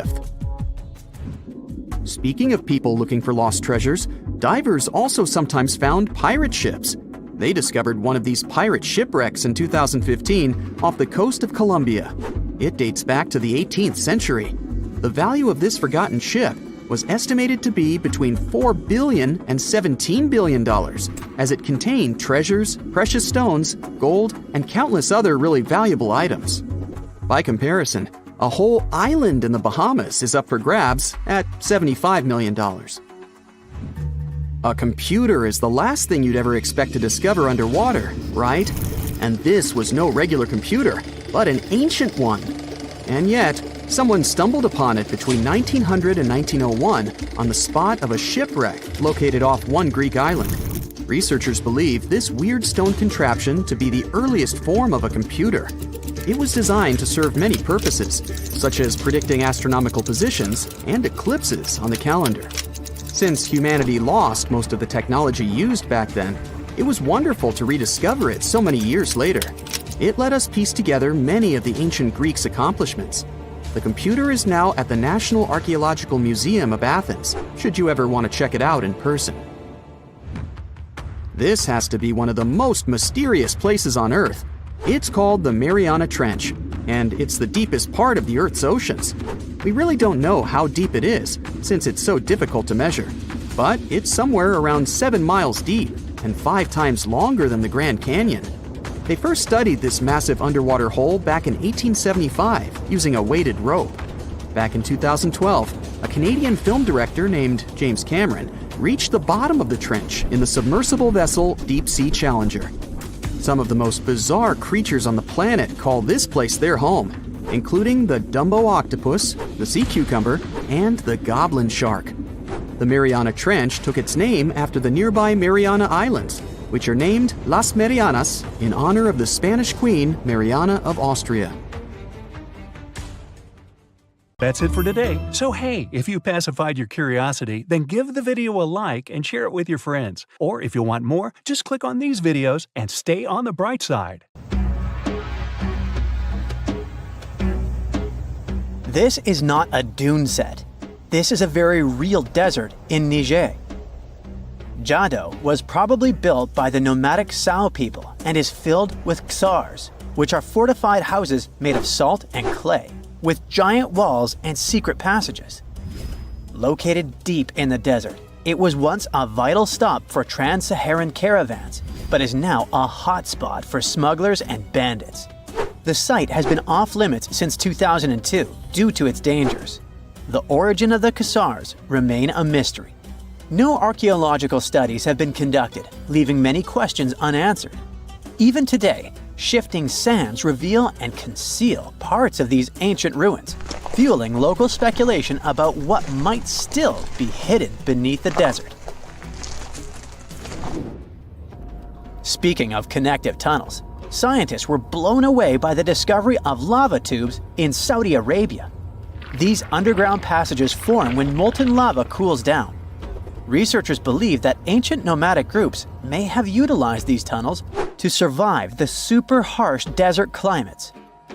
While excavating the tunnels, archaeologists uncovered artifacts, rock art, and skeletal remains. The art and animal bones show that the people who used the tunnels were probably sheep and goat herders. They're still piecing together whether these groups lived in the tunnels for extended periods or just used them as temporary shelters.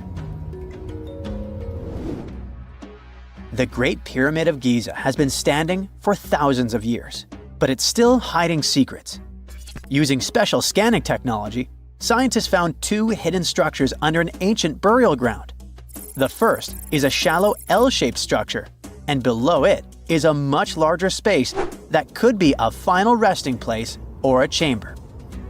The smaller structure was filled with sand on purpose, while the deeper one might be an empty chamber. Experts believe the two are connected, possibly as an entrance leading to a secret chamber. This is big news because it might give us some more insight into who built the pyramids and why. The world is full of ancient writing, But some messages refuse to give up their secrets, like the mystery of the Bashplemi tablet. This unusual stone, pulled from a lake in Georgia, is covered in symbols no one can read. Even with modern technology, experts are completely stumped. The tablet is about the size of a book, with 60 symbols carefully carved into its surface, but 39 of them don't match any known language. Some resemble scripts from ancient civilizations in the Middle East, India, and Egypt, but none are an exact match. To make things even trickier, part of the tablet is broken off, meaning a piece of the puzzle is missing forever.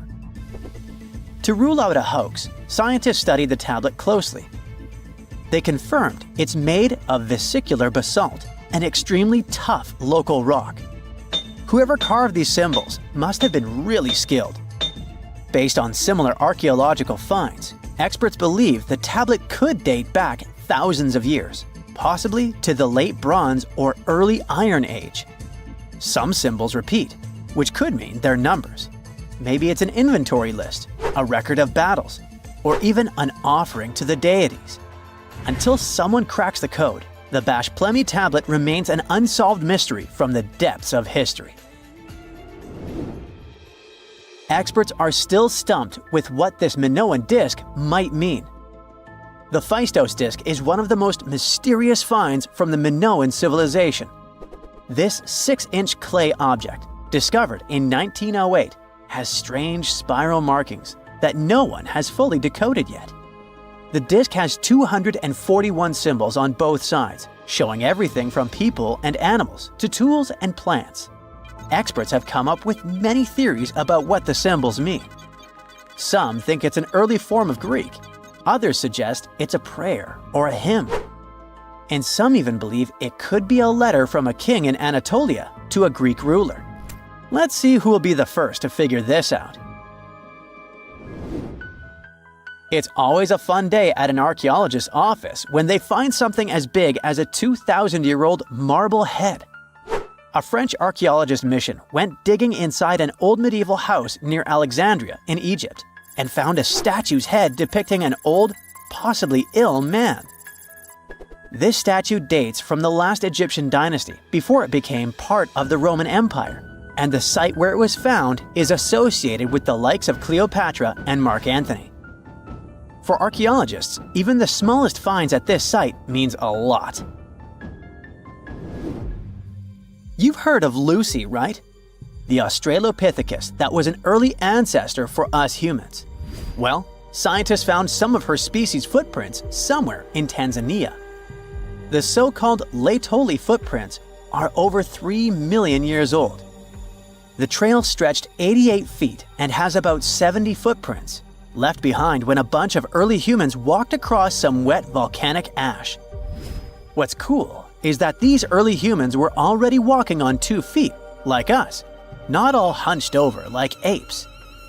The close spacing of the prints shows they probably had short legs and a shorter stride than we do today. In an ancient Egyptian temple, archaeologists uncovered a shrine unlike any other, a place dedicated to falcons and 2 mysterious deities.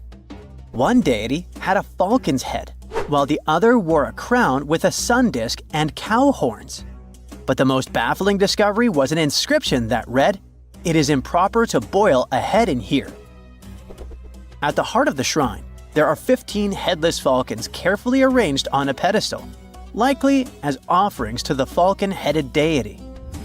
One theory suggests the birds were boiled first, perhaps to pluck their feathers, before being placed in the shrine, following the strange rule carved into stone. Archaeologists also found a 13-inch iron harpoon nearby. Its true purpose remains unknown, although the shrine also held remains of fish, mammals, and bird eggs, suggesting that the rituals may have included feasting. And speaking of ancient Egypt, meet Hathor. Scientists named her after the ancient Egyptian deity of motherhood, music, and singing. This wooden statue, housed at the Metropolitan Museum of Art, was thought to be just a beautiful artifact, until a surprising secret was uncovered. Using an X-ray machine, experts found a mechanical operating system inside it, with pulleys and axles connecting her shoulder to her left leg. When activated, the system made her hand raise and lower, an engineering marvel from over 3,000 years ago. The statue was created during Egypt's Middle Kingdom, around 1800 BCE, and is often compared to 19th century automata due to its advanced design. It's believed the statue was used in religious ceremonies, symbolizing Hathor's role in dance and music. An unexpected discovery happened in northern Kuwait, where a Kuwaiti-Polish team uncovered a mysterious 7,500-year-old statue. The statue features an elongated skull, no mouth, narrow eyes, and a flattened nose. This feature is thought to be an Ophidian figurine, named after the Greek word for snake, and it was likely made by the Ubaid culture, a civilization known for their pottery skills. While no one knows exactly what role this weird statue played, it might have been linked to rituals or symbolic practices. Some scientists think these figurines, found in homes or final resting places, were tied to important cultural beliefs. We couldn't mention unresolved mysteries of this world without speaking about these elongated skulls. In the deserts of Peru, researchers uncovered 5 ancient skeletons, 2 with unnaturally elongated skulls. While head shaping was common in many cultures, these skulls defy explanation. Local legends tell tales of the so-called gentiles, a mysterious race banished underground by the powerful deities. Some say this is what the skulls represent. Others think this is some type of genetic anomaly, which was confirmed after finding an infant skull, too large to be artificially shaped. That's it for today. So hey, if you pacified your curiosity, then give the video a like and share it with your friends. Or if you want more, just click on these videos and stay on the bright side. What if I told you you just won a round-the-world trip to visit the planet's most famous landmarks? Nice, right? But there's a catch. You might be visiting them for the last time in your life. That's because these landmarks are threatened to disappear during your lifetime. Yikes! Ah, Paris, the city of love. For our modern eyes, it's hard to imagine the city without its most famous landmark, the Eiffel Tower. But it wasn't always there, of course. Gustav Eiffel, the tower's architect, was commissioned to expose it during the 1889 World Fair. But the so-called Iron Lady was only meant to stand for 20 years. After that, it was going to be demolished, except that, this plan was never implemented. The tower wasn't taken down because of an antenna built on top of the tower, and it conducts wireless signals. But there's a problem. The Iron Lady is made of iron. And with time and bad weather, which Paris happens to get a lot of, iron deteriorates. It rusts, and this rusting makes the iron weak, up until the point where it can crack. And if a tower that is made purely of iron starts to crack, you know what this means. No more selfies eating croissants in front of the famous Tour Eiffel. Apparently, French authorities are aware that this is happening, but instead of repairing the whole tower, they're kind of just painting over the rust. Your next stop is in beautiful Rome. You are here to visit, you guessed it, the Colosseum, one of the world's most visited monuments. The gladiators used to put on shows there. Well, you might as well say arrivederci to it while you can. Like a lot of ancient monuments, the Colosseum is in danger of disappearing. It survived for almost 2,000 years since it was commissioned by Emperor Vespasian. But due to yearly exposure to harsh weather, the monument is getting weaker. The problem here is mainly snow. When snow falls upon the Colosseum, the freezing water infiltrates the cracks of the rocks and makes them bloat. You know, like when you put a soda can into the freezer and the bottom pops out? I know, snow is a kind of infrequent visitor in Rome, but even rare below-zero temperatures can damage the Colosseum seriously. And since we can't control the weather, who knows how long we'll get to see this beauty around? After hopping on a red-eye to India, you arrive at the unique Taj Mahal. It's even more mesmerizing in person than it is in pictures. The Taj is one of the 7 wonders of the modern world. But why is it at risk of disappearing, you might ask? The monument was finished way back in 1643. It was made with pristine white marble as a gift from Emperor Shah Jahan to his beloved wife. But if our white shirts get dirty just by stepping outside the house, imagine an open-air monument that has existed for over 4 centuries. The Taj Mahal is located in the city of Agra, right beside the Yamuna River. Over the years, the region has become very polluted, and all of this pollution is helping to destroy the Taj. India's Supreme Court has been on the case for many years now, and they say the monument is turning greenish and brown. So, high authorities decided that either the local government restores the Taj Mahal completely, or they'll shut it down, or worse, destroy it. For the good of humanity, I hope they decide to restore it already. Otherwise, we'll be down to only 6 wonders. Finally, you've made it to South America. More specifically, you're now in the mountainous country of Peru. If you're not used to such high altitudes, you might get a little dizzy. But it's worth it to see the mesmerizing Incan ruins of Machu Picchu. The city is located at over 7,000 feet above sea level, and no one knows how the Incas built such a sophisticated village. That's why the site attracts around 440,000 visitors every single year. But since regulation is not so strict, the site is also slowly deteriorating. Machu Picchu may be the victim of something known as over-tourism. I mean, if you look at any footage from the site on a normal day, it's pretty packed up. And even if it's a stone-made town and stones are pretty resistant, they do suffer from erosion. Man-made or weather-made. Oh boy, I really don't like the sound of that. There's another stone monument that you need to check off your list. Can you guess which one it is? Yup, Stonehenge. Located in the peaceful hills of Wiltshire, England, Stonehenge has been around for over 5,000 years.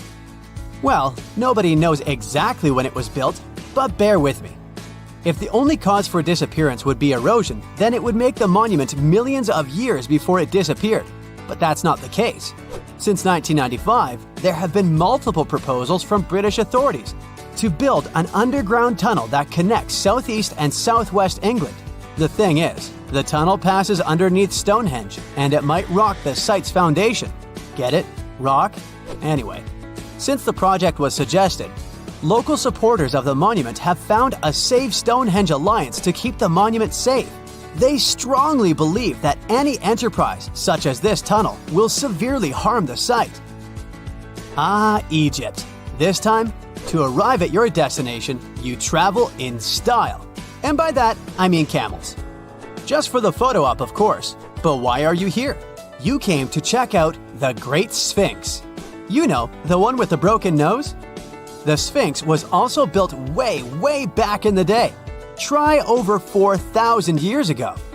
And back then, they used what they had at their disposal, limestone. Now, some researchers think that hazardous weather may be damaging the Sphinx's limestones. You see, they're very porous types of rock, so water easily infiltrates inside of them, making erosion stronger and faster. But water is also coming from down below. Unlike the pyramids of Giza, the Great Sphinx was carved directly from the bedrock. And right underneath the monument, there's a riverbed, which also infiltrates into the Sphinx, making it weaker. Fingers crossed that Egypt doesn't get a lot of rainfall in the next few centuries. I hope you brought your swimsuit because it's time to dive deep into the Dead Sea. Except that you probably won't get too deep. You know, since there's so much salt in the water that you basically only float. Fun fact, this sea is 10 times saltier than the ocean. It may be a little ironic that the Dead Sea is at risk of actually perishing, but it's true. The lake level is dropping 4 feet every year. It has to do with one of the sea's main tributaries.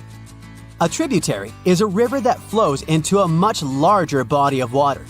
The thing is, the region is not so rich in natural water, so some of the local authorities ended up diverting small tributaries for basic human uses. But since every action has a reaction, the Dead Sea is now facing some difficulties. Back in the USA, it's time to visit the city that never sleeps. And if you've understood this trip by now, you already know the landmark we're visiting. It's Lady Liberty. It may come as a surprise to some, but the famous Statue of Liberty was originally copper. It's turned green due to oxidation. I mean, maybe I would also turn green if I was constantly exposed to New York's harsh weather. Some researchers say that air pollution can also speed up oxidation processes, threatening the long life of Lady Liberty. Of course, New York City does its share of maintenance. Hopefully it'll be enough for us to keep seeing the statue during our lifetime. Hey, it's time to head back home. I sure enjoyed this trip. Hope you did too. Let's hope we can still visit these places. That's it for today. So hey, if you pacified your curiosity, then give the video a like and share it with your friends. Or if you want more, just click on these videos and stay on the bright side. This just in, the world's oldest pyramid was built during the last ice age. And I'm not even talking about Egypt. I'm saying our ancestors might have spewed a 27,000-year-old pyramid in West Java. Gunung Padang is not exactly shouting pyramid. It's more of a mound with huge scattered stones tossed all over it. But local people seem to revere it, and they have for centuries. It wasn't until recently that the Indonesian authorities decided to excavate a bit deeper to see what all the fuss was about. They ended up finding the remains of a human settlement. It was rather unexpected, since the mound is pretty high up.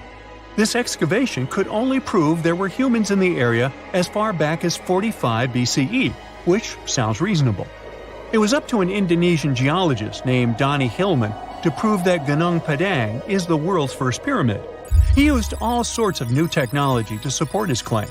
Our guy used carbon dating, which digs deep into the earth and takes whole chunks of soil.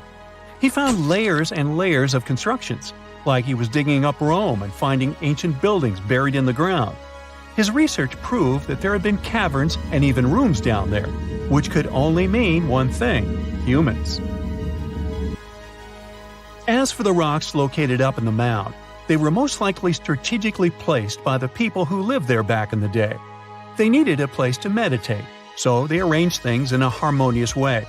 Their smooth surfaces wouldn't be the result of years of erosion, but the works of great sculptures, the Michelangelos of their day, let's say. If this is all for real, then human civilizations began way before we think they did. Our ancestors, the Paleolithic humans, didn't have what it took to be considered a civilization, especially not the tools and knowledge to build pyramids.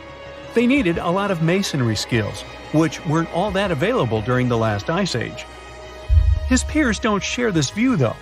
They could believe Hillman's theory if he had found evidence such as charcoal and bone fragments, but he didn't. Flint Dibble, another archaeologist, says that without concrete evidence of human activity, there's no proof of an actual pyramid. In this case, all the data proves is that the soil in the mound dates back to 27,000 years ago. He thinks the rocks on top of the mound just slipped down the hill like rocks normally do. Only a complex society would have managed to build a stepped pyramid like they claim it was. But according to Bill Farley, an American archaeologist, there's just no reason to believe there were any settlements in Indonesia during the last ice age. Now, just so you know, the oldest known ancient society with this kind of knowledge is probably 11,000 years old and used to occupy the region of modern-day Turkey. Take a look, Turkey's Göbekli Tepe. It's also not a pyramid, but it's the oldest monolithic construction made by humans. Back in the Neolithic period, a lot of people settled there, and there are proofs for it. For example, the walls there are covered in ancient drawings of clothing and wild animals. Until recently, the title of the world's oldest pyramid went to a three-sided construction known as the Djoser Pyramid in Egypt. Djoser is located just a few miles south of the Giza complex in a town called Saqqara. It made its way to popular culture more than once. In the 18th century, it became a common feature in European paintings. Young men from the cultural elite did a grand tour around the world, and Saqqara was at the top of their list. It was also featured in the video game Assassin's Creed, with a digital representation way more accurate than many historical drawings of the thing. That was kind of a big deal in ancient Egypt, to build pyramids for kings to spend their afterlives. And if you thought the Khufu pyramid was the oldest one in the world, well, Djoser was built 70 years ahead of that time. The development of new technology has allowed archaeologists to make groundbreaking discoveries, and a new, or should I say ancient pyramid in South America might win the title in dispute. It turns out that pyramids were also pretty fashionable in the Americas in the old days. Among them are the iconic pyramids of Guatemala's Tikal temple complex, the same ones that appeared in Star Wars No. 4. But to find the oldest pyramid in the Americas, one would have to travel to Peru. Deep in the Peruvian desert, archaeologists stumbled upon a sprawling ancient metropolis known as Caral. At first, researchers believed that the settlement was pretty recent, since the site was way too complex for ancient technology to handle it. As we said, Caral is a desert town, like Las Vegas, but without all the hoopla. This means no easy access to water, and for cities like these to thrive, they need a considerable irrigation system, which leads us back to complex technologies. The Peruvians surprised us all with this new discovery. This site was huge, filled with an amphitheater, houses, and religious buildings. The whole thing probably sprawled through 370 acres. And when scientists went to test their initial hypothesis using radiocarbon dating, they found that the city probably sprung around 2027 BCE. On the site, archaeologists found 6 pyramids that could possibly predate the one in Saqqara. As far as they know, both civilizations coexisted in the same time period, in opposite parts of the world. But since researchers can't pinpoint the exact age of Caral's pyramids, it's pretty hard to guess which civilization completed their pyramid first. If only we had a crystal ball. Now, it just so happens that the shape of a pyramid is something that nature is able to produce all on its own, leaving us modern-day humans a bit confused. A classic example is the Japanese side of Yaonagani, which also goes by the name of Japan's Atlantis. The entire monument is about the size of 5 football fields and the height of a 5-story building. Explorers and scientists believe that Yaonagani dates back to 10,000 years ago. For Japan's top marine geologist, Professor Masaki Kimura, Yaonagani is the heritage of a lost civilization. Kimura has dived into exploring the ruins over 100 times over the past 10 years. To him, there are clear signs of human activity down there. Check out this triangular-shaped pool on the monument's surface. Kimura thinks it's actual proof of humans, because this triangle-shaped concave is a historical symbol of water fountains in the region. As it happens with a lot of these cases, not all scientists are convinced the same. For many, Yaonagani is probably the result of thousands of years of erosion, and the fact that the monument is composed of one massive rock leads them to believe it is not really human-made. Sure, these huge basalt columns may look like the ruins of a palace, but they're most likely the result of the intense volcanic activity in the region. And speaking of natural formations that really look like a human made it, a pyramid on Mars has been a hot topic lately. Humans have been keenly trying to prove that there is life on Mars for quite some time. But some are stretching it really far, saying that little green or gray people built a pyramid on the planet to try and build their own civilization. This picture was taken over a decade ago by the Mars Reconnaissance Orbiter, the MRO, but it started to resurface recently. It shows what looks like a 3-sided pyramid. Some people claim that the smooth side of the pyramid could only be the effect of otherworldly work. Then science comes along and explains that Mars is home to one of the deepest canyon systems in the whole solar system. The so-called pyramid is located in what is known as the Kandor-Chasma region. This Martian region has a bunch of similar formations that are nothing more than the result of erosion. Nothing supernatural going on there, apparently. That's it for today. So hey, if you pacified your curiosity, then give the video a like and share it with your friends. Or if you want more, just click on these videos and stay on the bright side. The year is 2160. The place, the Pacific Ocean off the coast of Japan. The ocean seems calm, at least the surface does. The ocean floor is cracking right now. Boom! The Earth opens up, magma shoots out. The crack in the ocean floor triggers an earthquake, and a massive amount of energy shoots into the ocean. And now for gravity to get involved. It pulls the water down and makes it move faster and faster. It's a tsunami. A wave as high as a skyscraper plows toward Tokyo at 500 miles per hour. That's millions of tons of water. It would be awesome to take a picture of it, but there's no time to admire the power of nature. The tsunami's about to hit Tokyo Bay. The tsunami smashes ashore and starts attacking the largest structure on the planet, the Tokyo Pyramid Metropolis. It's 6,600 feet tall. That's 5 times the height of the Empire State Building. Imagine if the entire population of Denver, Colorado lived and worked in one building. The Tokyo Pyramid Metropolis, TPM, can handle 750,000 people at a time. Incredibly, the structure withstands the impact, and most of the tsunami's energy seems to have just disappeared. This time, engineering stands up to nature. TPM was built by the Shimizu Corporation, which was founded in 1804. The pyramid is the most stable structure around. If you don't believe me, go to Egypt and see the Great Pyramid of Giza. It's lasted 4,500 years and it's still going strong. The TPM is built on water and consists of 204 individual pyramids. They look like bunches of grapes stacked on top of each other, 8 tiers in all. Only in this case, each grape is the size of a Vegas casino. The TPM's actually hollow. That's how it defends itself against typhoons and tsunamis.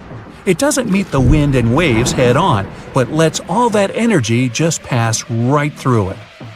Robots and autonomous control systems run this place. It runs on solar, wind, and wave energy. The pyramids are connected by passages, all in all about 85 miles worth. They connect everything and are maintained by AI that always finds you the fastest way to get from Pyramid A to Pyramid B. The TPA's obviously the city of the future, but human tech isn't quite ready for it just yet. Originally, engineers decided to install the pyramid on 36 columns, all dug into the ocean bed. If you build a pyramid that size out of steel and concrete, you'd be looking at 50 million tons of load press in on itself. The TPM would have collapsed under its own weight and imploded into the ocean. They needed something 1,000 times lighter than concrete and stronger than steel. So, what's this futuristic material? Look at this old guy. It's the first car on the planet with an internal combustion engine. It hit the road in 1885. And this is the first artificial satellite that humans launched into space. It only took an evolutionary blip to go from the first horseless carriage to our first flight into space. That TPM's not looking so ridiculous. Hey, we can do anything. The solution is carbon, and it's everywhere.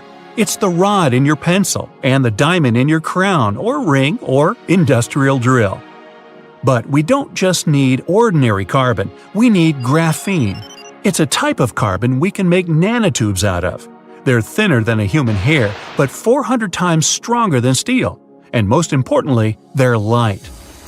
Nanotubes aren't affected by chemicals, oxygen, or water. Perfect for the TPM. That's just a fancy way of saying the thing's not going to rust. Shimizu has plans for a power station on the moon, an underwater city, transforming the Sahara Desert into a huge oasis, and much more. But they aren't the only ones changing the planet. The Netherlands is the size of 2 New Jerseys, and about 30% of it is below sea level. To protect their country from water, the Dutch built dams, lots of them. But that's just defense. In 1986, they decided to go on offense and take back some of the land from the sea. The first dam was 19 miles long. It basically turned a bay into a lake. The second dam sealed the deal. After 42 years of work, the Netherlands got itself a whole new province larger than Los Angeles. Humans have done the same thing all over the world, like in Hong Kong, the Philippines, Italy. Hey, take that, water! What about building stuff on land that's already land? Before NASA's missions to Mars, the most expensive project in history was the construction of the interstate highway system in the United States. It took about 35 years to finish. In today's money, it cost about $530 billion. All that cash bought 46,000 miles of road. That's almost 2 times around the globe. There are over 270 million vehicles in the US, more than Japan, Brazil, India, and Germany combined. But in terms of sheer effort, the roads of Rome were way more impressive. Over 2,000 years before the first automobile, the Romans built a huge network of roads, 50,000 miles long. They connected Ireland with Egypt and Turkey with Spain. The roads were pretty safe, and travelers could stay in hotels, dine in cafes, or mail a letter at the nearest post office. Only about 30% of the Earth's surface is land.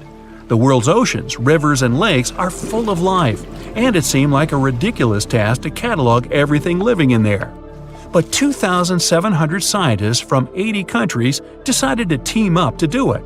The cost? $650 million. Those scientists spent 10 years searching for old and new species. It was one of the biggest science projects ever attempted. They even discovered about 6,000 new species of fish, squid, and algae. The Great Wall of China is huge. 13,000 miles of walls, natural barriers, and trenches. That's about 2 times the distance from Alaska to Australia. They built it over a period of 2,000 years, with no trucks, bulldozers, electricity, just raw people power. Modern China's not exactly dropping the ball.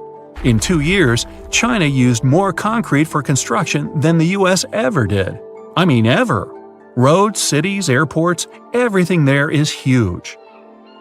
The Three Gorges Dam is definitely the new Great Wall of China. Over 7,600 feet long and 600 feet high. You're looking at 3 times more concrete and steel than the Hoover Dam. It's the largest concrete structure in the world and cost about $37 billion. More than 1 million people had to pack up and move to make way for it. Switzerland has the longest and deepest railway tunnel on the planet. Under the snowy Alps, builders dug 35 miles of tunnels. Every day, 200 freight and passenger trains pass through it. The amount of rock they took out to make the tunnel is about the same as 5 Great Pyramids. The whole thing cost about $12 billion. Egypt's one of the oldest nations on the planet, but now they're building one of the newest cities. It's going to be about the size of Singapore and filled with 6 million lucky people. There's going to be apartments, government buildings, entertainment, even an opera house. Oh, and a park that'll make Central Park look like someone's backyard. When it's finished, it'll be Egypt's new capital. So why bother? Well, by 2050, Cairo's going to have about 40 million people in it. Looks like they'll need more than one new city. The first flights to the moon cost about $280 billion in today's money. But SpaceX isn't letting price get in its way. The company plans to build a colony on Mars with a population of 1 million by 2050. They claim that once the program starts, you'll be able to buy a ticket to Mars for as little as $100,000. But the biggest science project ever is definitely the International Space Station. It weighs as much as 2 Boeing 747s and zooms through space at the speed of 17,500 miles per hour. That pencils out to be 5 miles per second. The station orbits the Earth 16 times per day, and it doesn't come cheap. Luckily, a whole bunch of countries share the bill, but it's definitely the most expensive room service anywhere in the galaxy. It costs $10,000 to deliver a bottle of water from Earth to the space station. Hey, at that price, I think it's important to ask, sparkling or still? That's it for today. So hey, if you pacified your curiosity, then give the video a like and share it with your friends. Or if you want more, just click on these videos and stay on the bright side.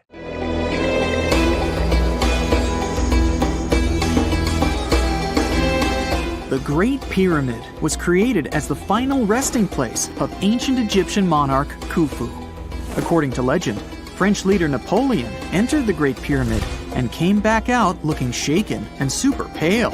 He never revealed what he saw inside, but whatever it was is said to have affected him for the rest of his life. When Napoleon entered the pyramid, he would have walked through a super tight and ascending passageway. He'd then go through another passageway, known as the Great Chamber. This corridor would have been much taller than the previous one, and would have cobbles too. He'd then reach the King's Chamber, the centerpiece of the Great Pyramid, which was lined with huge blocks of granite. But it wouldn't have looked as grand as we might imagine.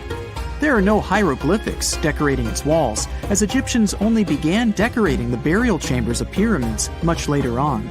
The pharaoh's tombs deep inside the pyramid would have also been filled with treasures, from chunks of gold to the world's most expensive jewelry.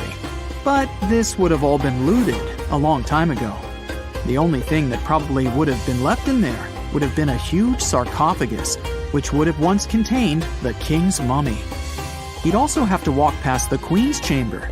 This room most likely didn't hold any queens though, as pyramids were usually only built for one person. There are mysterious tunnels leading from here. To this day, no one is really sure what they're there for. And that's not the only mysterious and creepy thing Napoleon may have encountered, as stories of pharaohs leaving ancient curses on pyramids go way back. Many pyramids had warnings written on the outside, telling of horrifying things that would happen to those who entered and disturbed the peace. We might not know what exactly Napoleon found in the Great Pyramid that scared him so much, but we know for sure what was found in Tutankhamun's tomb.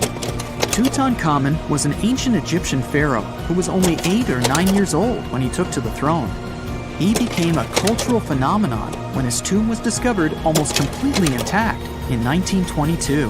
His pyramid sits in the Valley of Kings in Thebes, modern Luxor, which is in Egypt. Unlike the Great Pyramid, Tutankhamun's tomb was covered in beautiful wall decorations. The walls told the story of how he would travel to the afterlife through the underworld.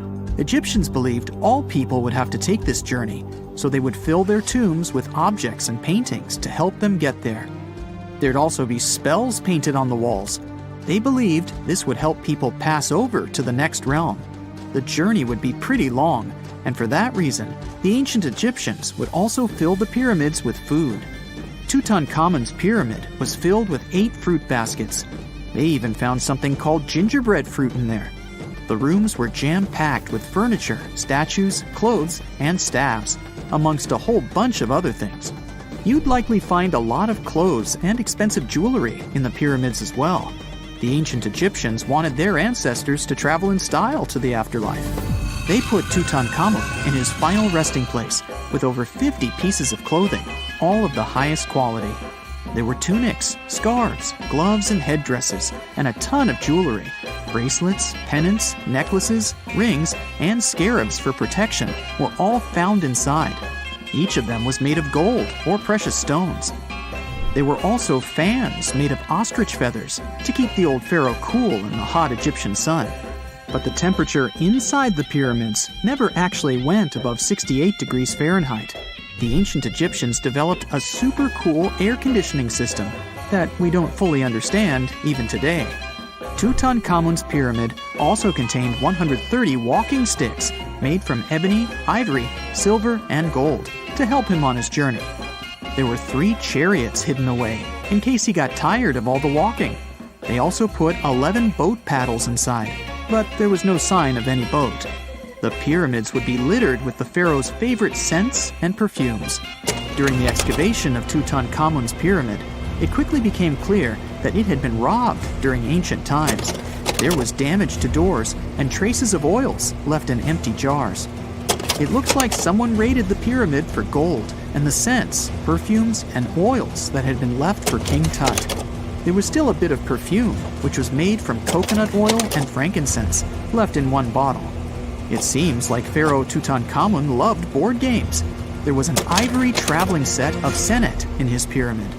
Although we don't know for sure exactly how to play it, we have figured out it was sort of an ancient Egyptian version of backgammon. It looks like it was a 2-player game where the goal was to knock your opponent off the board. Not really sure who Tutankhamun's mummy was supposed to play with though. The ancient Egyptians had some rituals that may seem pretty strange to us. For example, they used to shave their eyebrows off if they ever lost a cat. So it's not too surprising they put some really weird things inside pyramids. Archaeologists discovered a collection of mummified cats and scarab beetles in pyramids that date back more than 4,000 years. They were found in the pyramids of Saqqara, which is south of Cairo. They also found a bunch of makeup kits and mirrors inside. Makeup was worn proudly by both men and women in ancient Egyptian times. Eyeliner was the most popular cosmetic. The Rosetta Stone was one of the best discoveries ever made in pyramids. It was found by our man Napoleon Bonaparte and his team.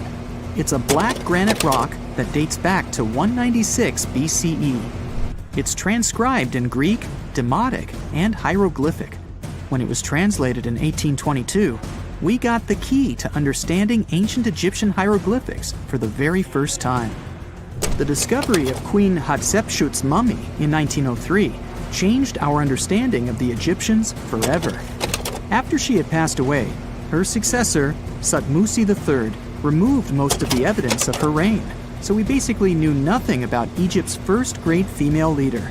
She's now gone on to become one of the few and most famous female pharaohs of Egypt. Pharaoh Khufu even had a fully fledged boat in his pyramid. Archaeologists uncovered more than 1,200 pieces of a giant boat near the Great Pyramid at Giza.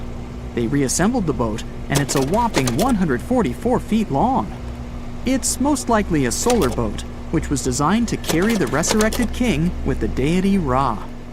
Fun fact, the Pyramid of Giza is the last remaining of the 7 wonders of the ancient world. The other 6 are the Hanging Gardens, the Colossus, the Temple of Artemis, the Mausoleum, the Lighthouse, and the Statue of Zeus. This pyramid was also the world's tallest man-made structure for 3,800 years, and it's the biggest pyramid in Egypt. It took a staggering 2.3 million blocks of limestone, and some weighed as much as 80 tons. It took an incredible 100,000 laborers and a whopping 23 years to build. Its original height was a mega 480 feet. In 2017, archaeologists discovered something weird about Egypt's Great Pyramid. There's a hidden void that's at least 100 feet long, and no one really knows why it's there or what's actually inside it. The weird void is the first inner structure discovered within the 4,500-year-old pyramid since the 1800s. Scientists used cosmic rays to detect the massive hole, but are still no closer today to finding out what's inside. The ancient Egyptians took a lot of care building the pyramids, and everything was strategically placed and structurally sound, so it's super unlikely that this hole is due to blocks falling over time. Loads of pyramids also contain small model figurines called ushabti. These represented attendants. They believed they would come to life to serve the pharaohs in the afterlife. But it's amazing that all this stuff actually fit inside.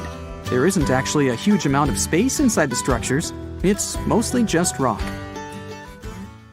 That's it for today. So hey, if you pacified your curiosity, then give the video a like and share it with your friends. Or if you want more, just click on these videos and stay on the bright side. Recently, scientists made an astonishing discovery that might solve Stonehenge's mystery. They found something hidden deep within the DNA of Stonehenge's sarsen rocks, the huge monolithic ones, and it might reveal why our Neolithic ancestors designed and built this thing in the first place. Over the years, scientists have been scratching their heads trying to figure out where the huge sarsen rocks came from. For years, they believed they came from a quarry just 15 miles away from the site, known as Marlborough Downs. At this site, they found similar minerals to the ones that make up the sarsen rocks. But it turned out there was more to this story than they thought.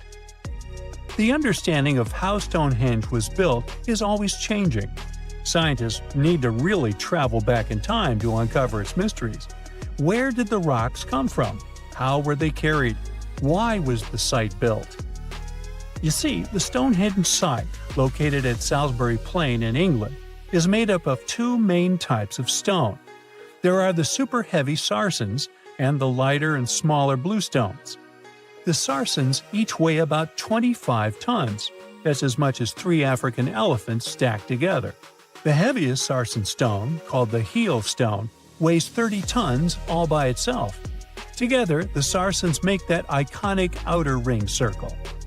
Inside that circle, that's where you'll find the bluestones.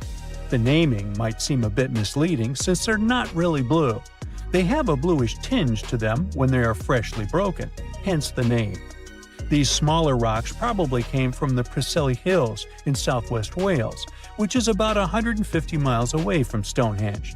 They're a bit lighter than the Sarsens, but still pretty heavy. The altar stone, which is classified as a blue stone, is the heaviest one, weighing around 6 tons. Its original location still isn't known for sure.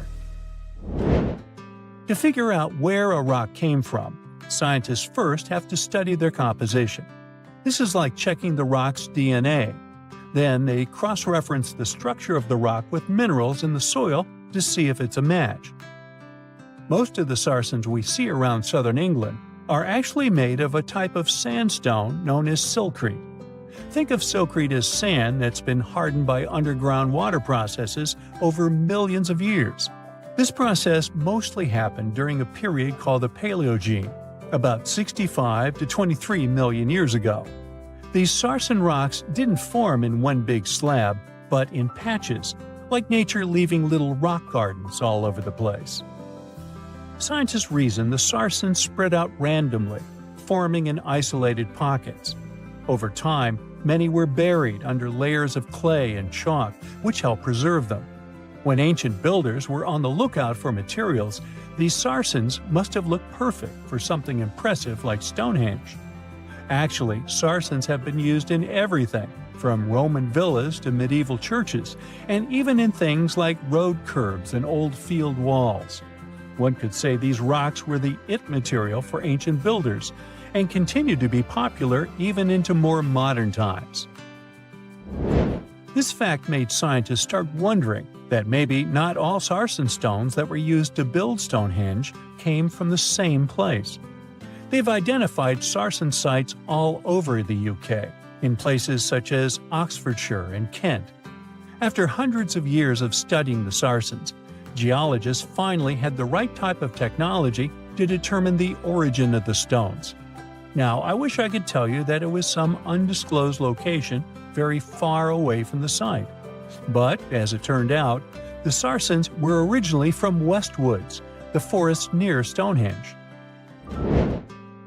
A new factor came into play when excavations uncovered empty stone holes, showing that at least 6 blue stone pillars were removed from a Preseli Hills site called Wan Main in prehistory. They had a stone circle over there, and it's believed that some of Stonehenge's rocks were recycled rocks from this more ancient circle. If this is true, it might be that Stonehenge is part of a much larger landscape of ancient sites. If this is the case, then Stonehenge is just the cherry on top of a much larger scale project. Think of it as the sacred centerpiece of an entire landscape of monuments, mounds, stone circles, and things. This is why scientists want to find out where the rocks came from so badly. It could lead to why and how Stonehenge was built. Now, Stonehenge didn't just pop up overnight. It was built in several stages over hundreds of years. It's likely that it wasn't a single unified vision, but more like a big community project that evolved over time. With each generation, the builders brought in their own ideas, creating a stone structure that would last for ages. The first stage was around 3100 BCE. That's when people dug out a circular ditch and likely set up some bluestones as sort of a starter ring. Later, they added the Sarsens and even topped some of them with horizontal stones to form those famous arches you see today, also known as the trilithons. These ancient builders had some challenges on their hands. How would they move the rocks? There's an old theory known as the ice road that suggests that the rocks were moved by natural icy pathways that formed during the winter. This way, they could slide the rocks down all the way to Stonehenge. But hey, if we're talking about a distance of over 100 miles, that's not too realistic. Anyways, this theory was debunked because it was warmer back then than it is today. There's also the river theory, which suggests that the rocks were floated along the river from the quarry to the site. But if we're talking about Sarsen rocks, they're too heavy to float. So there goes that theory. What we're saying is, no one knows how the rocks were moved. Another interesting science tidbit came from all the research done in Stonehenge. A recent laser survey of the stones revealed the different stone working methods used, and has shown that some of the parts of the monument were more carefully finished than others. In particular, the northeast side and the inner faces of the central trilithons were finely dressed. FYI, a trilithon is one of Stonehenge's most famous shapes. It's when two huge monoliths receive a third one on top of them, connecting the two together. This fancy word is simply Greek for having three stones. But anyways, the bigger question, and the reason Stonehenge is so famous, is why it was built in the first place. Theories are all over the place, and some sound like they're straight out of a sci-fi show. So here's a rundown of the most popular ideas. There's, of course, the solar calendar theory. This one supposes that the stones are aligned with the movements of the sun, especially during the summer and winter solstices. During the summer solstice, the sun rises to the left of the heel stone, that's the lone stone outside the main circle, lighting up the entire monument. Some say it's the ancient version of a calendar, marking the year's longest and shortest days. Some archaeologists think Stonehenge might have been an ancient healing center. Pieces of bluestone have been found chipped away, possibly by people who believed they had healing powers. The theory goes that people traveled from all over to come to Stonehenge in hopes of a cure for whatever was ailing them. There's also some speculation that Stonehenge was the place to be. Think of it as an ancient gathering spot. Some evidence suggests that communities from distant areas traveled to Stonehenge for gatherings, feasts, and ceremonies. Studies of bones found near the site show they came from all over Britain, making it a sort of prehistoric meetup location. That's it for today. So hey, if you pacified your curiosity, then give the video a like and share it with your friends.